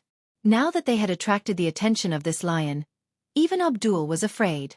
After learning that the Sultanate had surrendered, Abdul immediately wrote a letter to General Rajiv, who was fighting in Burma. He explained the situation at the rear and asked him to ask for help from the great Ming dynasty's third provincial king, Zhu Huiyun. No matter what, he had to help him. Otherwise, with Bangla's strength, he would not be a match for the five-star army, who had the strongest firearms. Unfortunately, after writing the letter, it was like a stone sinking into the sea. There was no reply. It was not that Rajiv did not inform Zhu Huiying. Instead, it was that Zhu Huiying could not even protect himself. How could he have the strength to support Bangla? Previously, the matter of the two sides working together to divide the Yang faction's territory seemed like a joke now. Perhaps Abdul trusted Zhu Huiying too much and fell for his trap. He attracted such a powerful enemy like the five-star army. It could be imagined that since they were the ones who made the first move, it was time for them to return the favor with a kick. It was just that Xianxia's territory was big, and his strength was strong. He could take a few kicks like nothing happened, but Bangla was too small. How could they withstand a kick from the five-star army? Tell Zhu Huiyun that if he doesn't send reinforcements, I will also surrender to the five-star army like the Sultan. At that time, I will also tell King Wu Nan of the great Ming dynasty about his previous promise. He can just wait to be burned by the flames of anger. Abdul, who was furious, said sternly to the newly sent messenger. He just wanted to put on a threatening appearance. If he did not do so, he was afraid that Zhu Huiying would not help him with all his strength. But what Abdul did not expect was that this threat would cause him to lose his life in the end. On the 7th day after he sent out the new emissary, a group of relatively short and serious people came from outside the palace of Bangra. When they appeared at the back door of the palace, they were welcomed in. The palace that was usually tightly guarded was now like an open park in front of these people. There were no secrets to be kept. That night, it was these people who changed into night clothes and quietly appeared outside King Abdul's palace. In the night, these people moved like lightning and were as swift as the wind. The 20 palace guards waiting outside were not even a match for these people in black. In less than half an incense's time, they were all killed. When the leader of the black-clothed people appeared beside the king's bed, Abdul seemed to have sensed something and slowly opened his eyes. "Who are you? Who are you?" When he opened his eyes, he saw a black figure standing in front of him. Out of instinct, Abdul could not help but exclaim. But after that, he felt a chill on his neck. It was as if something was flowing out of his body. Then, all the strength in his body began to be sucked away, bit by bit. Abdul was dead. He died on his bed. Along with the queen, her personal maids, and dozens of guards. The king died from an assassination. It was only in the middle of the night when another shift of guards came to take over the shift. Once this was out, the already anxious people of Dhaka City became even more chaotic. In the middle of the night, the entire palace was brightly lit. Many people were shouting to catch the assassins. But obviously, they did not even know the exact time of the king's death. How could they catch the assassins? And in less than an hour, a group of black figures left the palace. When they left, the leader of the black-clothed people stopped in his tracks. His eyes revealed a cruel and smug smile. Under the moonlight, one could see a pair of small triangular eyes. If Yang Chendong was here, he would definitely recognize him. He was one of the special ninjas of the Japanese Empire who was on his death list. Sadpur City. When Yang Chendong led the 5-star army to the city, the general guarding the city sent out a messenger. The general idea was that the king intended to surrender. But what should he do? He still needed to discuss with the ministers, so he needed some time. He hoped that the 5-star army could wait for a few days. Facing the messenger, Yang Chendong did not feel anything wrong. India was destroyed just like that. The king of India died because of it. Then, the king of Delhi Sultanate surrendered. Now, it was Bangla's turn. It was reasonable for them to choose to surrender. Yang Chendong could understand the situation. He told the messenger that he could wait for a few days. He didn't even threaten the other party to not play any tricks. Facing the 5-star army, who had absolute strength, delaying the battle for a few days wouldn't have any effect. So he wasn't worried that the other party would play such tricks.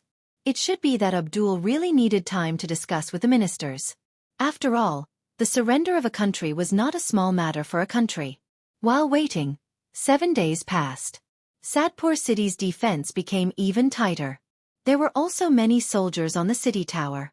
Although they knew that their arrows couldn't hit the 5-star army's camp 5 miles away from the city, the soldiers still drew their bows and put on an attitude of, "If you dare to come, I dare to shoot." The situation suddenly became tense. This naturally didn't escape the eyes of the scouts. When the situation was reported back to Yang Chendong, he was also confused. He couldn't understand why Bangla's soldiers suddenly became tough.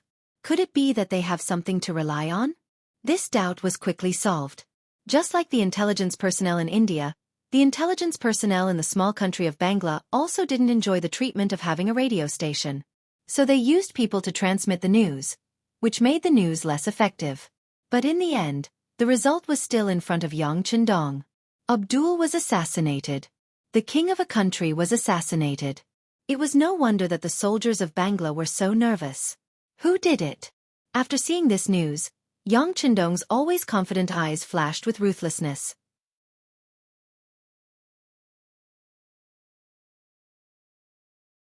Chapter 1552. The assassination order was definitely not given by him, and without his order, no one would dare to do it. Moreover, to assassinate the king of a country in a heavily guarded palace without being discovered afterwards was not something an ordinary person could do. Even in the entire Xianxia, even the spies of the intelligence department's action team couldn't do it. Only people like the Wolfang Special Forces, who have been specially trained in beheading operations, could do it. Of course, the high-level ninjas of the Japanese Empire could also do this if they had an insider. In Yang Chendong's eyes, without his order, these two armies wouldn't dare to act without orders. Then who could be the murderer? What good would killing King Abdul do to the person who did it? Yang Chendong, who was puzzled, was really puzzled. This sudden incident was not as simple as the killing of a king. At least, it showed that there was a dark hand behind the scenes that he couldn't see or didn't know about. Since they had the ability to kill King Abdul, then could they also pose a threat to his safety? Of course, Yang Chendong was now at the level of a grandmaster, and he had Okura's protection. Unless someone could kill him in an instant, there would be no chance. But this didn't mean that his family would be safe. Beta Persei immediately send a report to Jianghu and ask him to increase the security level of the Resin City Palace. Although he didn't think of the reason, it was necessary to take precautions. Understood. Beta Persei also thought of something, and his expression changed drastically. Then he turned and went to the telegraph office. Yang Chendong was left alone in the tent, and he was silent for a long time. With Okura's help, there was really no one in the world that could make him feel afraid. If there was one, it would be the people in the dark. Because such a person, you don't know who they are, what kind of means they will use, and what kind of method they will appear in front of you. If he made a mistake and fell into the other party's trap, he would have to pay a heavy price. This was especially true for his family and children in the palace. If any of them were hurt, Yang Qindong would not be able to accept it psychologically. In his previous life, he was an orphan. Other than the military and he had no other relatives. But in this life, he had these family members, so as a man, he had to protect them well. Anyone who wanted to harm them would have to go through him first. Otherwise, if they suffered any losses, even if he found the culprit and tore him into pieces, it would be too late for regrets. It would not be enough to make up for everything. Yang Qindong, who had been sitting for a long time, slowly stood up. He had already decided to let Yang San investigate this matter personally. At the same time, he had also arranged for the members of the Langia Special Forces to be hidden outside the Palace of Resin City as an extra layer of insurance. At this moment, he suddenly felt like there was a dagger at his back. But no matter what kind of feelings he had, the problem of Bangla still had to be solved. Their king, Abdul, was assassinated. Presumably, everyone would think that he was the culprit. If that was the case, it would be impossible to reclaim this place peacefully. After all, how could the five-star army, which even their king could not tolerate, gain the trust of Bangla's officials and generals? Since peaceful means could not solve the problem, then they would fight. Fight until the opponent was afraid, until the opponent surrendered, until Bangla was destroyed. They were the ones who attacked Xianxia's Myanmar province first. Now, it was time for them to pay the price. If they were not convinced, then they would fight until they were convinced. If they did not surrender, then they would fight until they surrendered. The death of King Abdul could not stop the advance of the five-star army. Early the next morning, the 2nd and 4th divisions of the Cold Front Division were fully armed and arrived at the outskirts of Sadpur city. When they were 3 miles away, the cannons roared and shells whizzed through the air towards the 5 city towers. After a round of cannon fire, the city walls collapsed. Using this opportunity, the 1st Cavalry Army and the new Army's elite cavalry attacked from the left and right respectively. Sadpur city fell. This battle seemed to be very easy. But that was only because of the advantage of the firearms. In fact, it was not that there was no resistance at all. For example, when the 2 cavalry armies charged into the city, they encountered a lot of resistance. Especially after entering the city, there would be people shooting arrows from the dark corners from time to time. Because of this, both cavalry armies suffered casualties, especially the new army. Just after entering the city, the number of soldiers killed and injured exceeded 2,000. For the new army, this was already a defeat. Such a large number of casualties made them too ashamed to face anyone, let alone report the losses to Yang Qindong. But how could Yang Qindong, who always had full control of the army, not know? After listening to Beta Persei's report, he only replied with a cold expression. Understood. Although it seemed like there was nothing else to say, in the following siege battle, the artillery fire of the Cold Front Division became even fiercer. Not only that, the Air Force was also used. Fire burned the various cities belonging to Bangra. It was as if wherever the army went, there would be wails, corpses, and scorched earth. This was Yang Qindong's revenge for the resistance of the Bangra people. Weren't you willing to shoot arrows from the back? Fine, I won't even give you the chance to do so. When are you going to blow up the city and burn it again? Only when you have no place to hide will we enter the city. Not only that, along the way, the Bangra generals who resisted the 5-star army were all skinned alive and wrapped in grass. No matter if it was a dead general or a living general, it was the same. In this battle, the 5-star army had shown their cruel side, completely changing the image of the Han people in the eyes of others. They were magnanimous and kind. Yang Qindong never showed mercy to his enemies. Yang Qindong always said to everyone that if one repaid evil with good, how would one repay good? If you are not kind, I will not be righteous. If you can do it on the 1st day, I will do it on the 15th day. In the end, let's see who is afraid. The kindness of the Han people had always been given to those who had the intention to correct their mistakes and were kind-hearted. As for those kind and black-hearted jackals, forget it. Against them, Yang Qindong had plenty of hunting rifles in his hands.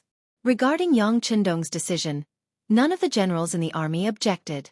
Firstly, they were used to seeing life and death, and knew that being kind to the enemy was being cruel to oneself. They knew that if the enemy was not eliminated, it would be harmful to oneself. Secondly, this time, it was Bangra who attacked Myanmar first, so it was time to teach them a lesson. It was like when someone punched you, but because of the limited strength, the punch did not kill you. Now that it was your turn, of course, you had to use as much strength as you could. Thirdly, which was also the most important point, everyone trusted Yang Chendong. Over the years, his position and authority in the army was unchallenged. His words were like the truth, and everyone was used to obeying. With the above 3 points, Yang Chendong's orders were naturally carried out with all their might. However, just because the army did not have any objections, it did not mean that the civil officials did not have any opinions. For some reason, this matter spread to Chichen City, as well as some other provinces under Xianxia's control. It attracted the opposition of some officials and a few scholars. In their view, the Han people were the masters of the world. Since that was the case, they should have a tolerant attitude towards their friends. Especially those who had not been enlightened, they should be more reasonable. Once they knew the etiquette, they would not go against the Han army. What's more, this time, it was April who was assassinated first. As his subjects, it was normal for them to retaliate. These rumors were also gathered by the intelligence department and reported to Yang Chendong. This made Beta Persei, who was on the side, curse on the spot. These scholars, to think that they keep talking about those who know the truth and the sage's principles. Don't they even know right from wrong? That bullshit King Abu was not killed by us at all. He was about to surrender. How could we kill him? It was obvious that someone was trying to frame him. How can these people be the accomplices of a villain? Yang Chendong agreed with Beta Persei's words. It was impossible to say that he was not angry. He was fighting and killing on the front lines, risking his life at all times to bring glory to the Han people and let them live a good life. Now, they had taken advantage of him and were still acting obedient. What magnanimity, they really did not know fear. With anger in his heart, he curiously looked at the list of names from the intelligence department. He wanted to see who was on it and who he was familiar with. Not to mention the list, he really saw a few familiar faces. For example, the Deputy Minister of the Ministry of Ethnic Affairs, Dong Chuanfu, and the Deputy Director of the Ministry of Grain, Yan Lianshui. These two people, because their positions were not low and their positions were very important, their names left some impression in Yang Chendong's heart. As for the others, he didn't care. They were just some unknown names that couldn't arouse his interest in the slightest. The list also recorded some of their opinions. The most important thing was that they were the Celestial Empire and were a country of etiquette, so they should help some small countries. How could the army do such a cruel thing? Yang Chendong only laughed coldly at this. In his eyes, these people were not real scholars. From Yang Chendong's point of view, a true scholar was not only a scholar who could write essays and recite poems, but also a person whose essays were creative and thoughtful. Moreover, they were also people who had humanistic feelings and social sciences. Moreover, real scholars were people who were the most serious, full of a sense of justice, and who cherished their own reputation the most. Jumping out like a group of jumping clowns, belittling others to elevate themselves, pretending to be virtuous, fishing for compliments, and looking down on others, such people could not be called scholars. They could only be called a group of arrogant and shameless pseudo-scholars.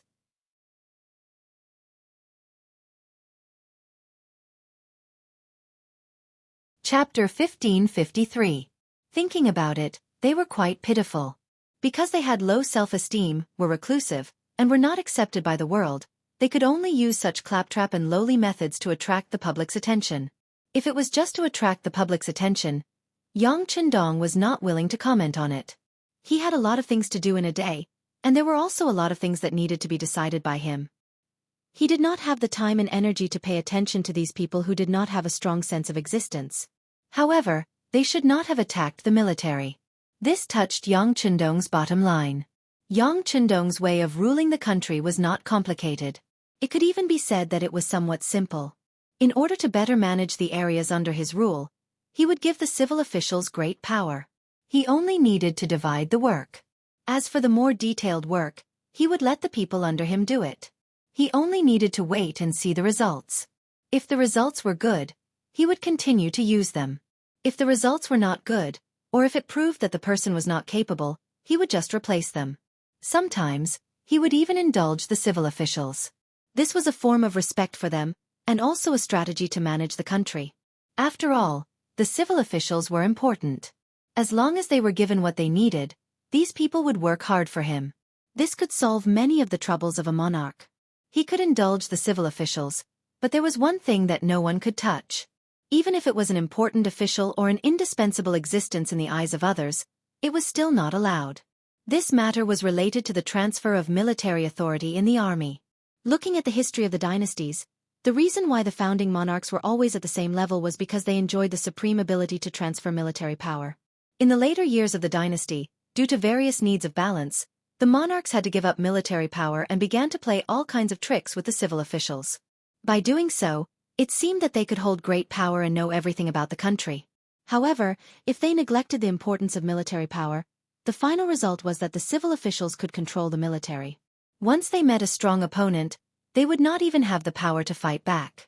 Moreover, a monarch who did not hold military power could not gain the respect of his subjects. After all, if he did not have any means to intimidate them, why should they be afraid of him?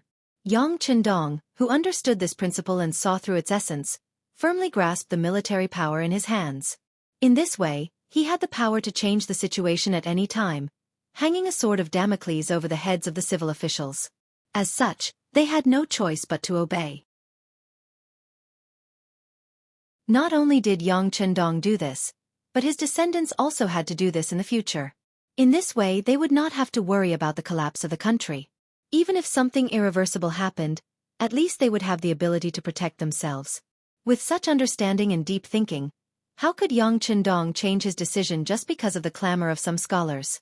Since the policy had been set, it would not be easily changed. Not only that, Yang Chendong did not intend to let go of those scholars who were clamoring and picking on him. Not to mention that he was a person who would not rub sand in his eyes, but he was still able to distinguish between right and wrong. What? You're eating my salary and living in the house that I built. How dare you come back and criticize me? With Yang Chendong's authority and influence in Xianxia, they were already so presumptuous. It could be imagined that if his descendants were in this position, they would be even more rampant, right? If it was a more cowardly heir, wouldn't he be eaten by these so-called scholars? If he did not find something for these people to do and let them know that the horse lord had 3 eyes, he was afraid that such things would only happen more and more in the future. Beta Persei, send a telegram to City Lord Yu Qian and Yang Wu. Pick out the people on the list and let them form a temporary diplomatic group. Allow them to go to the camp of the king of the 3 provinces, Zhu Huiyun. Also, tell them that I can do as they say without using a sword or a spear. Then, I need them to influence the king of the 3 provinces, and let them urge and force Zhu Huiyun to surrender unconditionally immediately. Otherwise, no one can guarantee what the consequences will be. Beta Persei took notes with a pen at the side, but as he wrote, he laughed out loud. This was clearly a means for the young master to deal with these scholars. It was simply impossible to make the other party surrender unconditionally. The king of the 3 provinces, Zhu Huiyun, who had hundreds of thousands of soldiers, was not the kind of person who would wait for death. If he was, he would not have harmed his eldest brother and 3rd brother to seize power. However, in Beta Persei's view, this was a good thing. Who asked those scholars to criticize the army when they had nothing better to do? Did they really think that they were in the Ming dynasty? Did they really think that they were those imperial censors who could make a rumor about anything, and even if there was an accident, they would not be blamed for it? Now, I'm asking you to negotiate with Zhu Huiyun, the person who killed his brother. If you have anything to say, you can say it to him. But remember to be careful.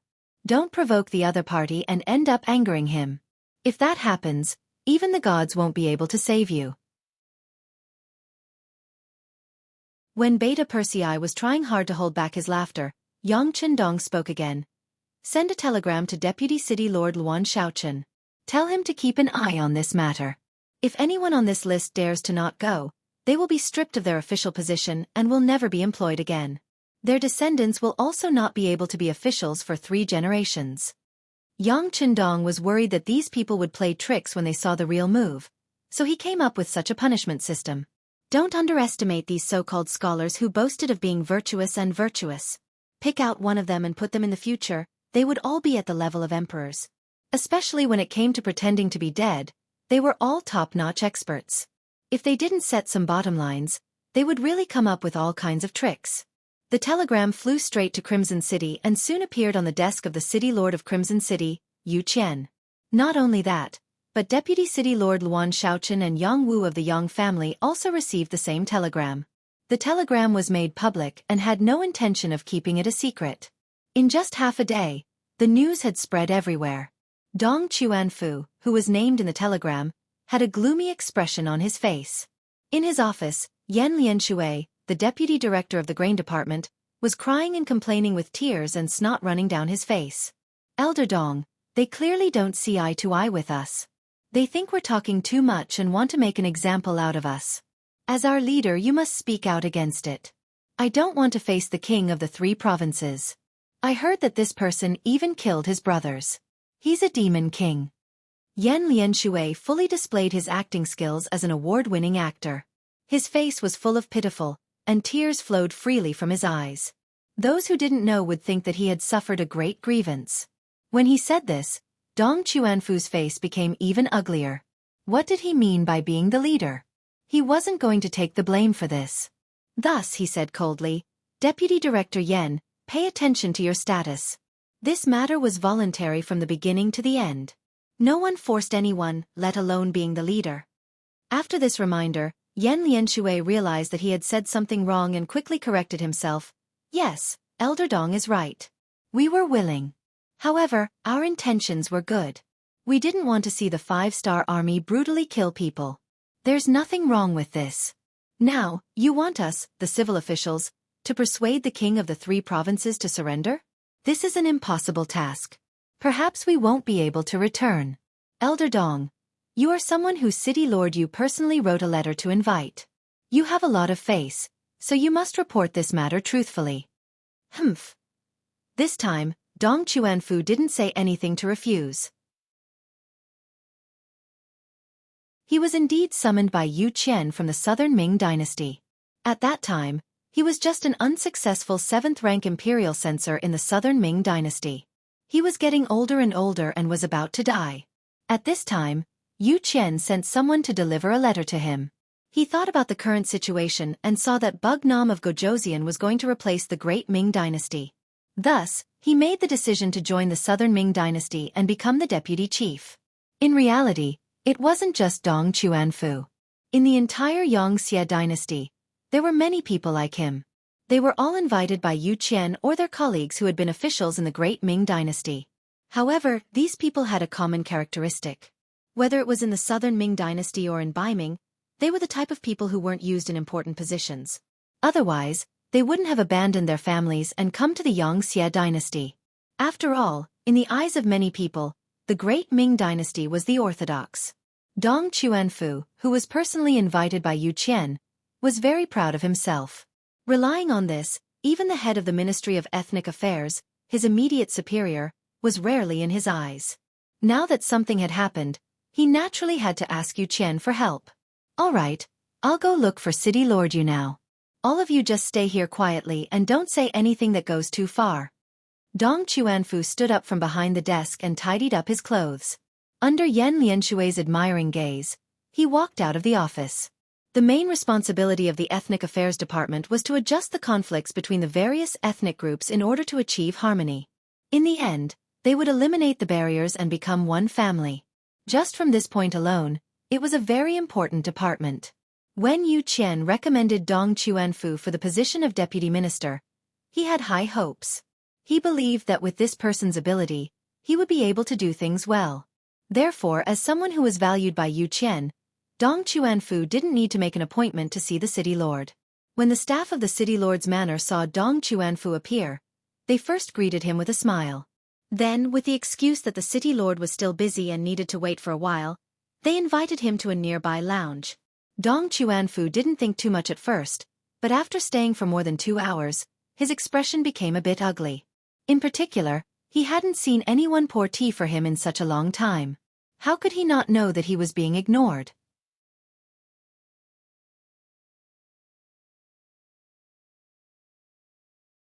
Chapter 1554. Thinking about it, He was just called by Yang Chendong. Although on the surface it was said that he was entrusted with an important task, anyone with a clear mind could see that there was clearly a problem. At this time, who wouldn't stay away from him? How could anyone take the initiative to approach him? This was the official scene. When he was proud, he was surrounded by flowers. When he was frustrated, he was surrounded by holes. Sigh. After a sigh, Dong Chuanfu knew that his situation was a bit dangerous, but the more it was like this, the more he had to find Yu Qian and argue with him. Otherwise, he would really be finished. He got up, strode out of the lounge, and went straight to the floor of the City Lord Mansion. During this period, although there were staff members stopping him, he really ignored them until he pushed the door upstairs. He didn't even knock on the door, which was enough to show the anger in Dong Chuanfu's heart now. When he pushed the door in, he saw Yu Qian wearing a pair of reading glasses and looking down at something. When the two looked at each other, Yu Qian showed a puzzled look. "Hai, why are you here?" Hai was Dong Chuanfu's name. Usually, only familiar people would call him like this. When Dong Chuanfu saw Yu Qian's stunned expression, he knew that the people below must not have reported his arrival. Thinking that it was not that Yu Qian didn't want to see him, the anger in his heart also subsided a lot. However, the staff behind him, seeing Dong Chuanfu break into the city lord's office without any etiquette, couldn't help but show a helpless look on his face. He seemed to want to explain something to Yu Qian. These staff members of the City Lord Mansion had long been convinced by Yu Qian's feelings and work attitude for the country. This time, they also knew that Dong Chuanfu came to ask for help. In order to reduce some pressure on Yu Qian, they acted on their own initiative and didn't want to arrange a meeting. Who was Yu Qian? His brain was very flexible. No one said anything, just the situation in front of him. He guessed most of it. He also knew that the staff members were doing this for his own good, but since he was here, he couldn't just kick him out. He had to see him anyway, so he waved his hand and said to the staff members, "You can leave, I will have a good chat with Hai." The staff had no choice but to withdraw, but there were still some discerning people who went to the office of the Deputy City Lord, Luan Shaochen, on the lower floor. After the office door was closed, Yu Qian stood up and personally poured a cup of tea for Dong Chuanfu. Then, he sat down on the sofa in the reception area. Hai, you already know? In public. Dong Chuanfu raised his head and wanted to say something. However, Yu Qian waved his hand and said, Hai, you were too reckless this time. You don't know what happened at all.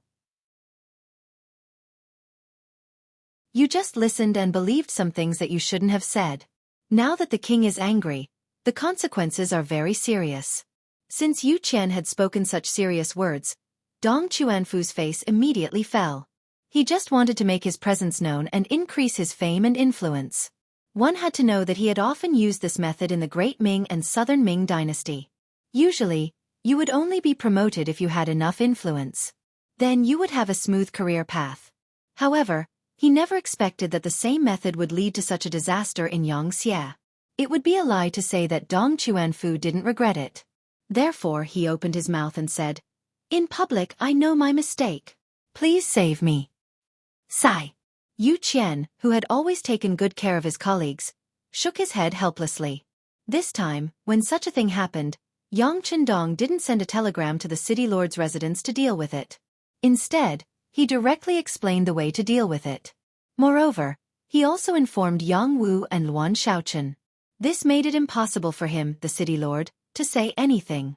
Who was Yang Wu? He was one of the 5 generals of the Yang family.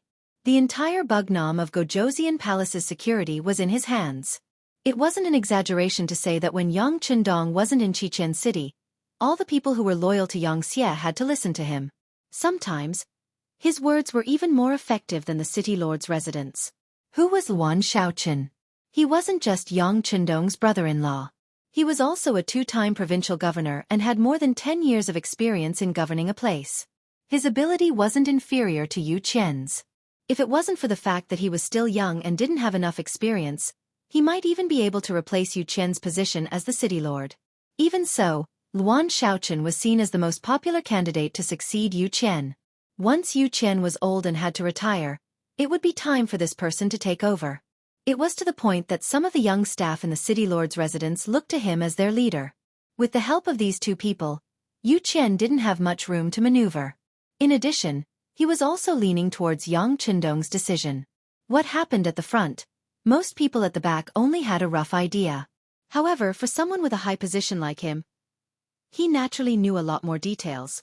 Someone killed King Abdul of Bangla and framed the 5-star army for it. In the following battle, the entire country retaliated, which caused Yang Chendong to be angry. He also didn't want his soldiers to be hurt by hidden arrows, which was why he carried out such a cruel massacre. In the end, this was a military strategy.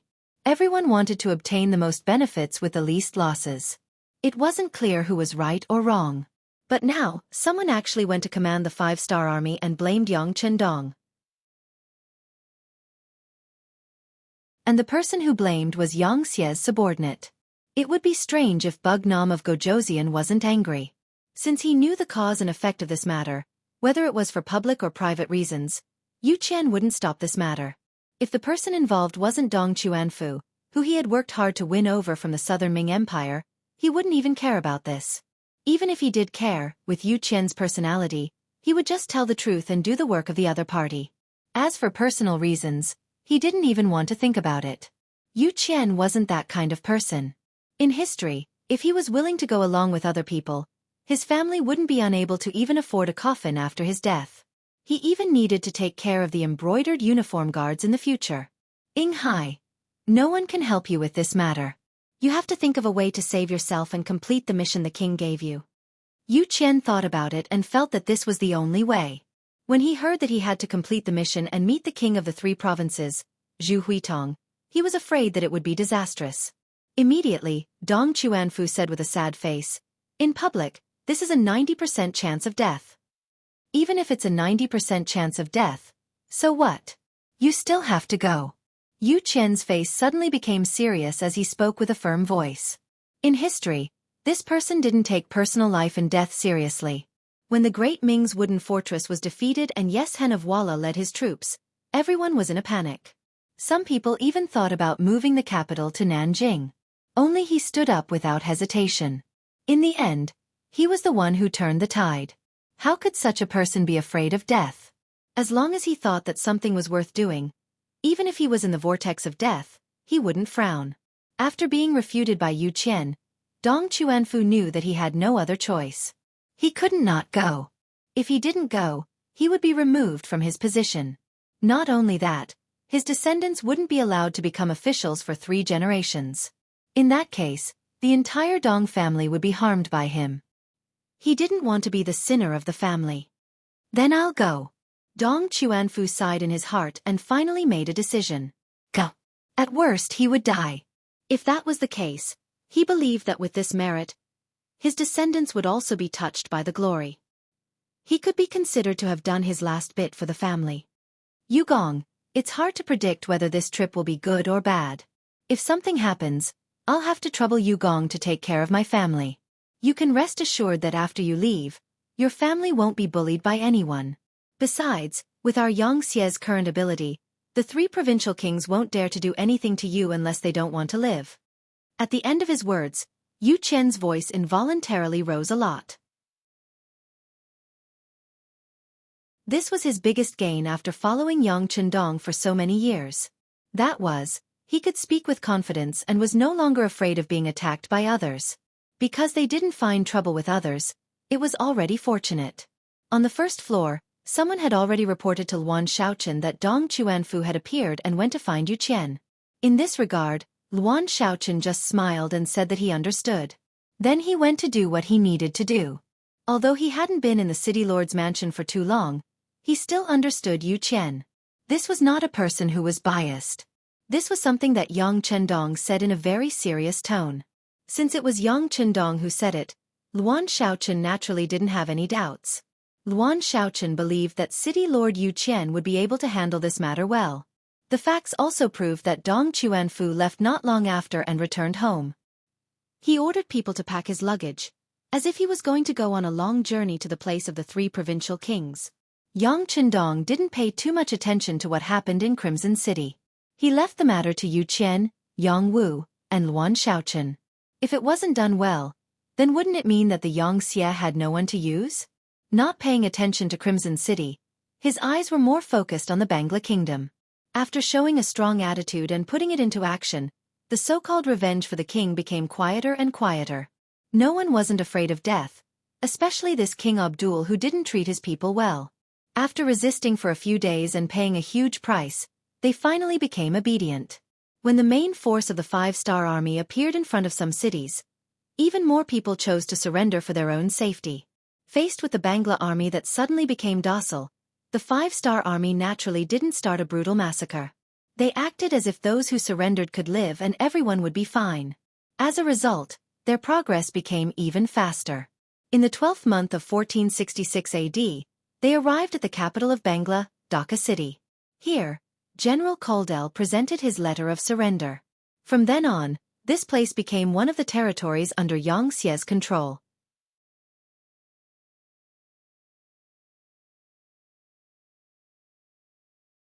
Chapter 1555. In the palace of Dhaka city, Yang Chendong admired the scenery under the guidance of General Kuldel. In the great hall of the palace, Yang Chendong sat high up on the throne and listened to the surrendered general talk about the current situation in Bangra. Ever since King Abdul was assassinated, the situation in the country had been chaotic beyond control. Various factions had emerged. Among them were the Avengers, the Warmongers, those who wanted peace, and those who only cared about themselves. Before this, the five-star army had come with fury and forced the Vengeance faction and the War faction to abandon their weapons and armor. Now they were either dead, injured, or fleeing. They could no longer pose a threat. Otherwise, Kuldel, the general of the peace faction, wouldn't have submitted his letter of surrender. However, the warmongers still existed and they were all generals with military power. For example, Rajiv, who was still causing trouble in Burma, was a representative of this group.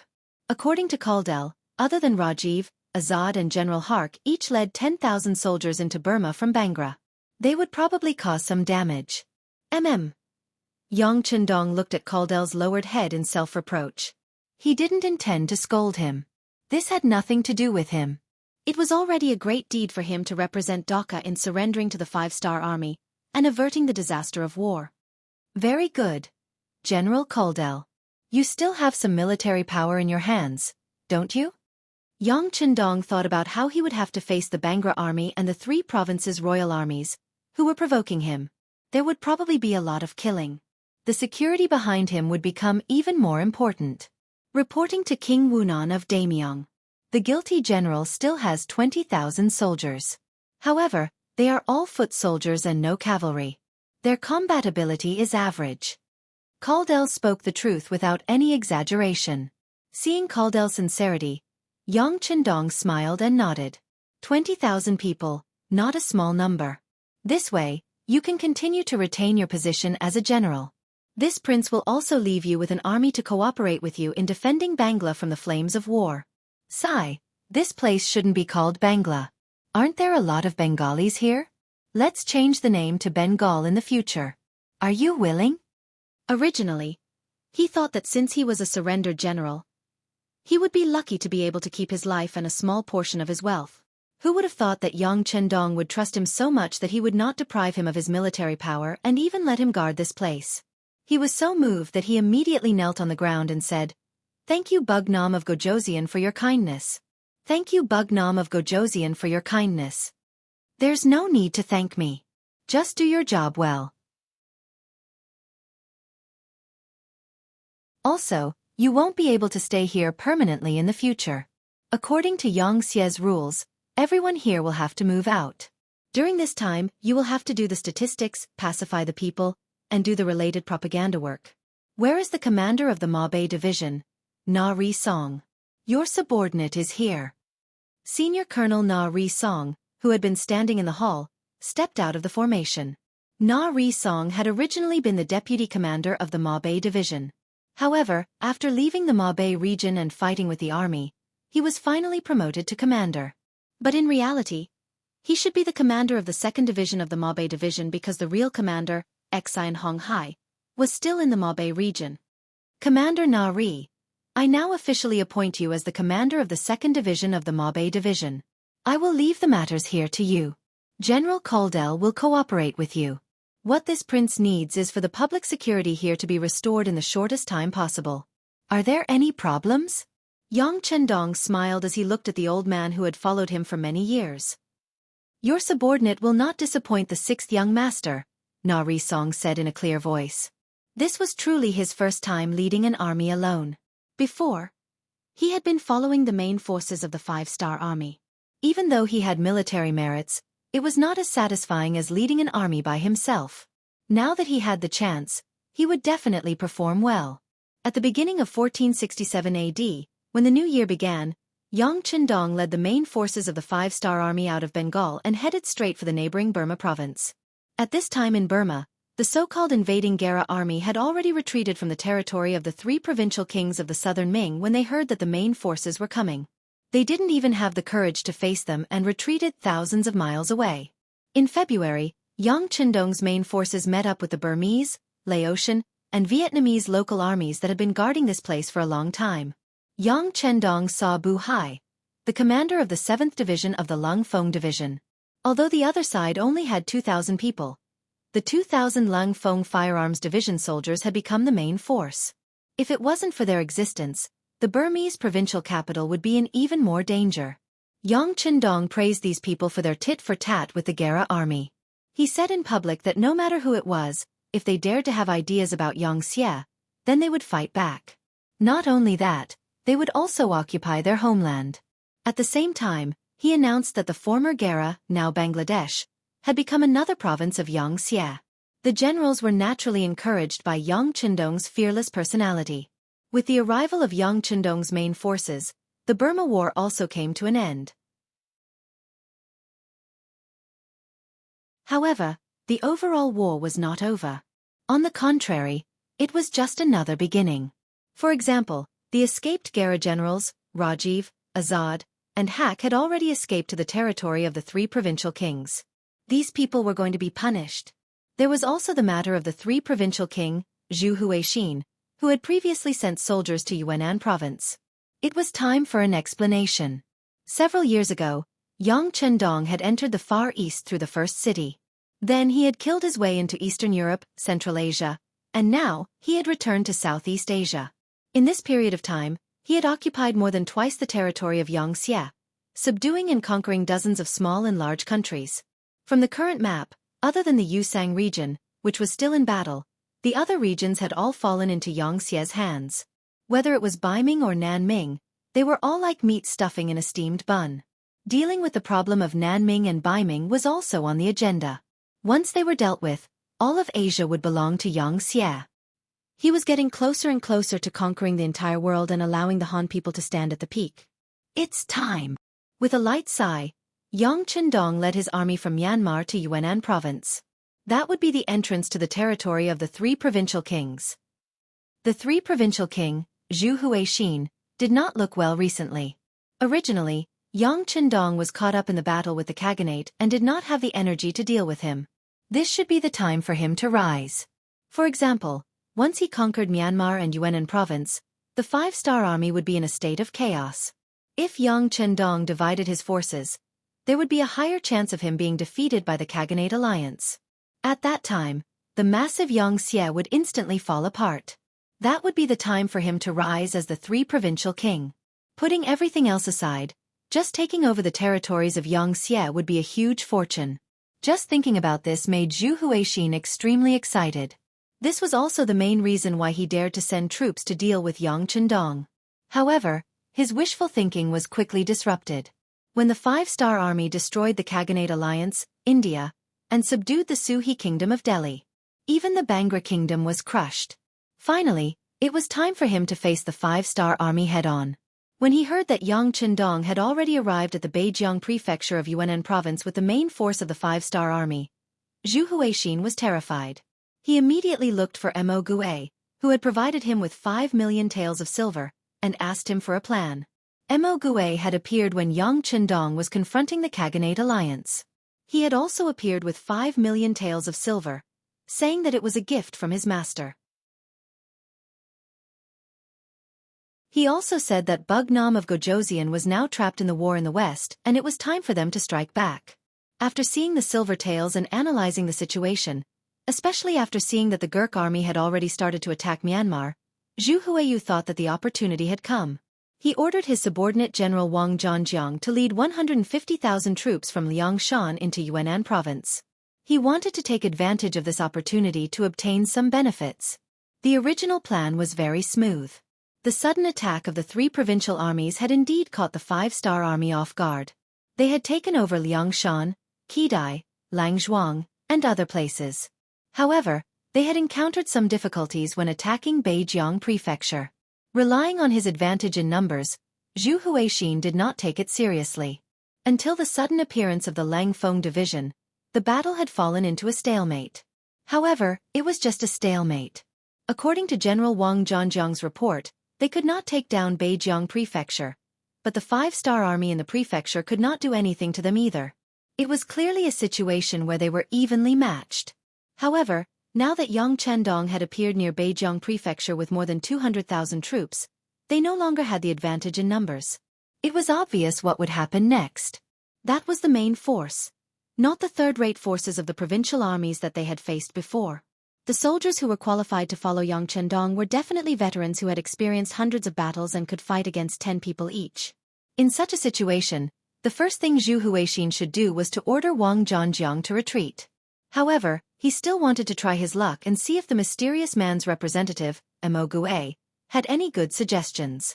After all, he felt that the master behind this person was very capable and might be able to save him. He came to Mo Gue's courtyard with hope. As soon as he entered, he saw the man standing in front of the pond in the courtyard with his hands behind his back. Needless to say, he was Mo Gue. At this time, looking at Mo Gue's back, the early morning sun shone on him, giving him a very mysterious feeling. This was the feeling that he needed. He would not forget Uncle Ying's instructions when he came, which was to speak less and act mysterious. In short, the more mysterious, the better.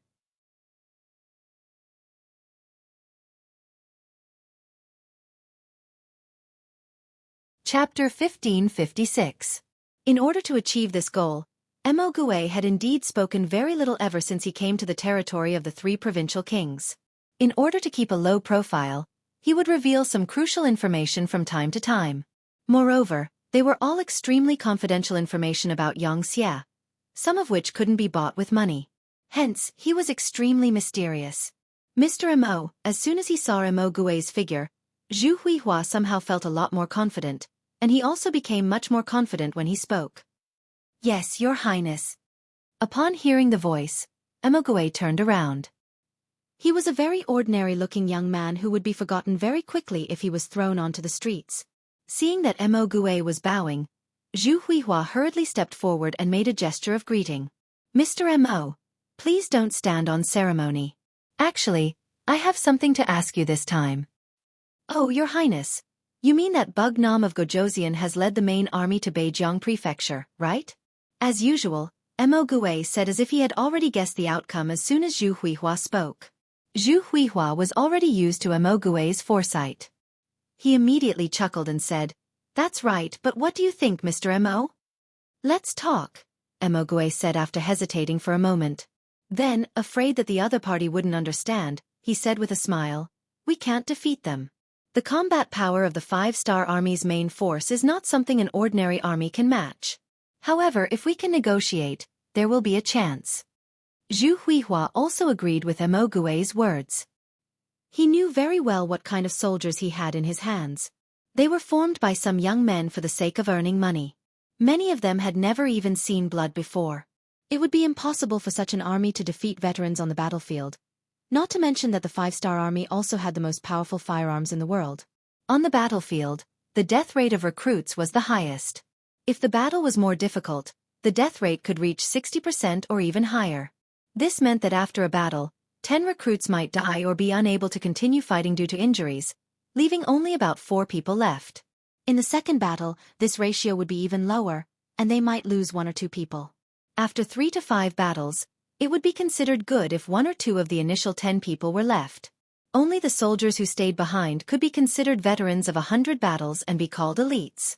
Such a ratio could be found everywhere in the five-star army, especially in the world's first cavalry army and the new army, where more than 90% of the soldiers were elites. What kind of terrifying battle prowess would they possess? One could even imagine it with one's toes. It was normal to lose, But when he heard that there was a chance to negotiate, Zhu Huichun was a little confused. There was a negotiator sent by Xianxia in Yunnan Manor, but he didn't have the intention to do so before, so he just threw him into the courtyard and didn't bother with him. Why do they want to negotiate now? Mo Gui shook his head when he saw Zhu Huiyun's confused expression. He walked up and whispered something into Zhu Huiyun's ear. When Mo Gui's whisper fell into Zhu Huihua's ears, he could see a clear change in the listener's expression. At that moment, his face was full of shock, as if he had seen a magnitude 10 earthquake.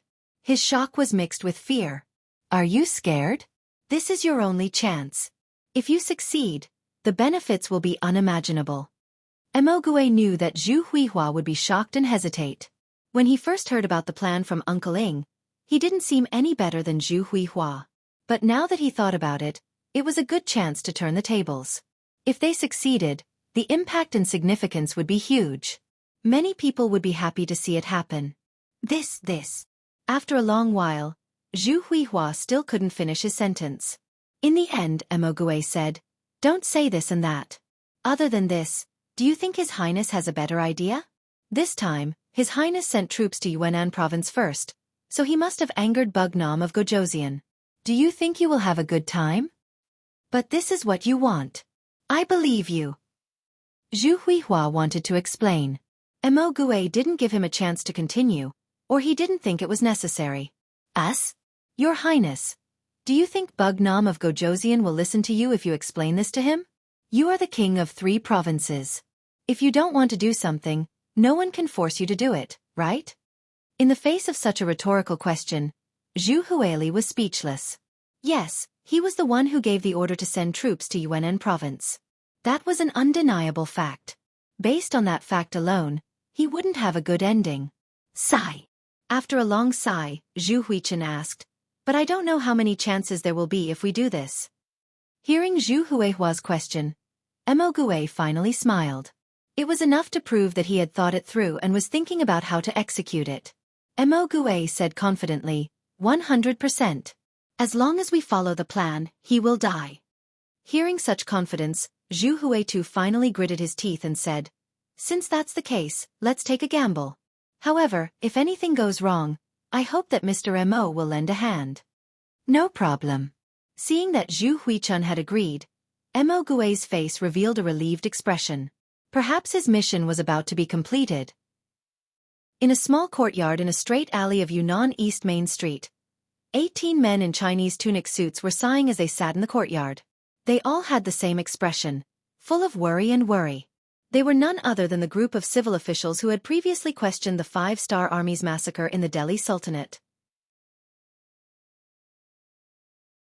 When Yang Chendong heard about this, they became ambassadors and were responsible for negotiating with the kings of the 3 provinces. They also changed into Xianxia's formal attire, Chinese tunic suits. The leader of the group was Dong Chuanfu, the vice minister of the Ministry of Ethnic Affairs. With his rank, he could be considered a senior official. He could sit in a bright and spacious office in Resin City and give out orders.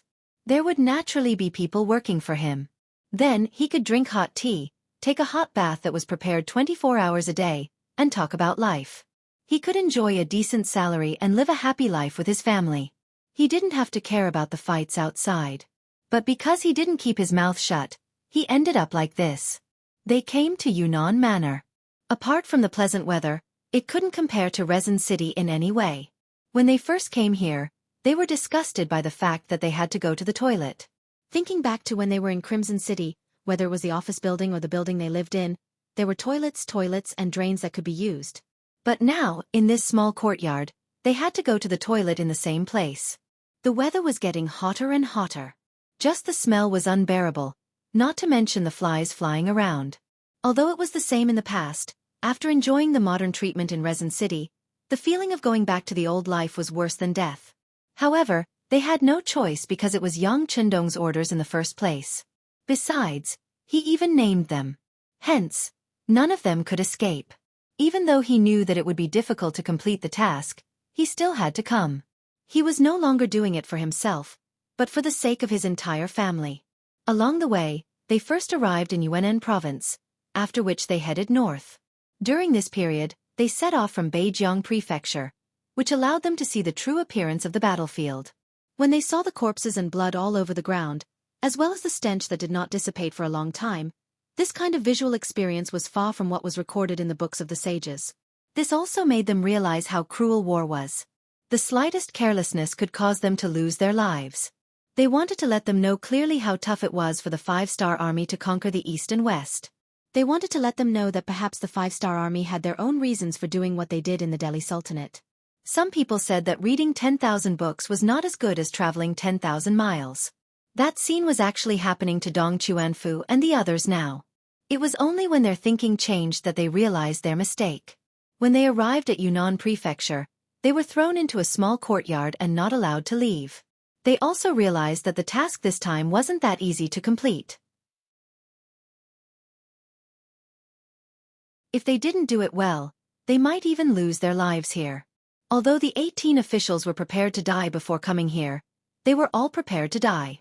However, as long as there was a little hope of survival, who wouldn't try their best to grab it? There was a change in their mentality, and they clearly knew that it wouldn't be easy to leave.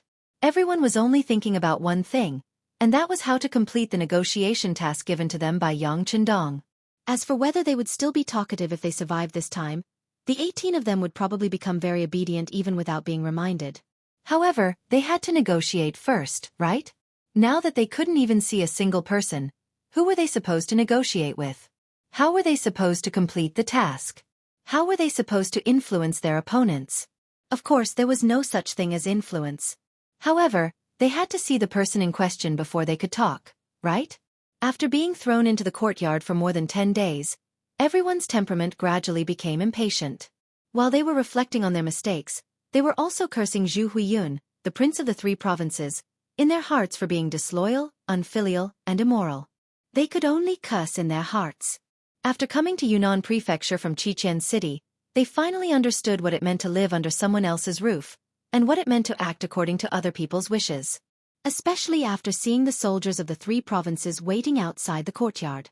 They were here to protect their safety, but in fact, weren't they monitoring their every move? If necessary, they might even kill them all.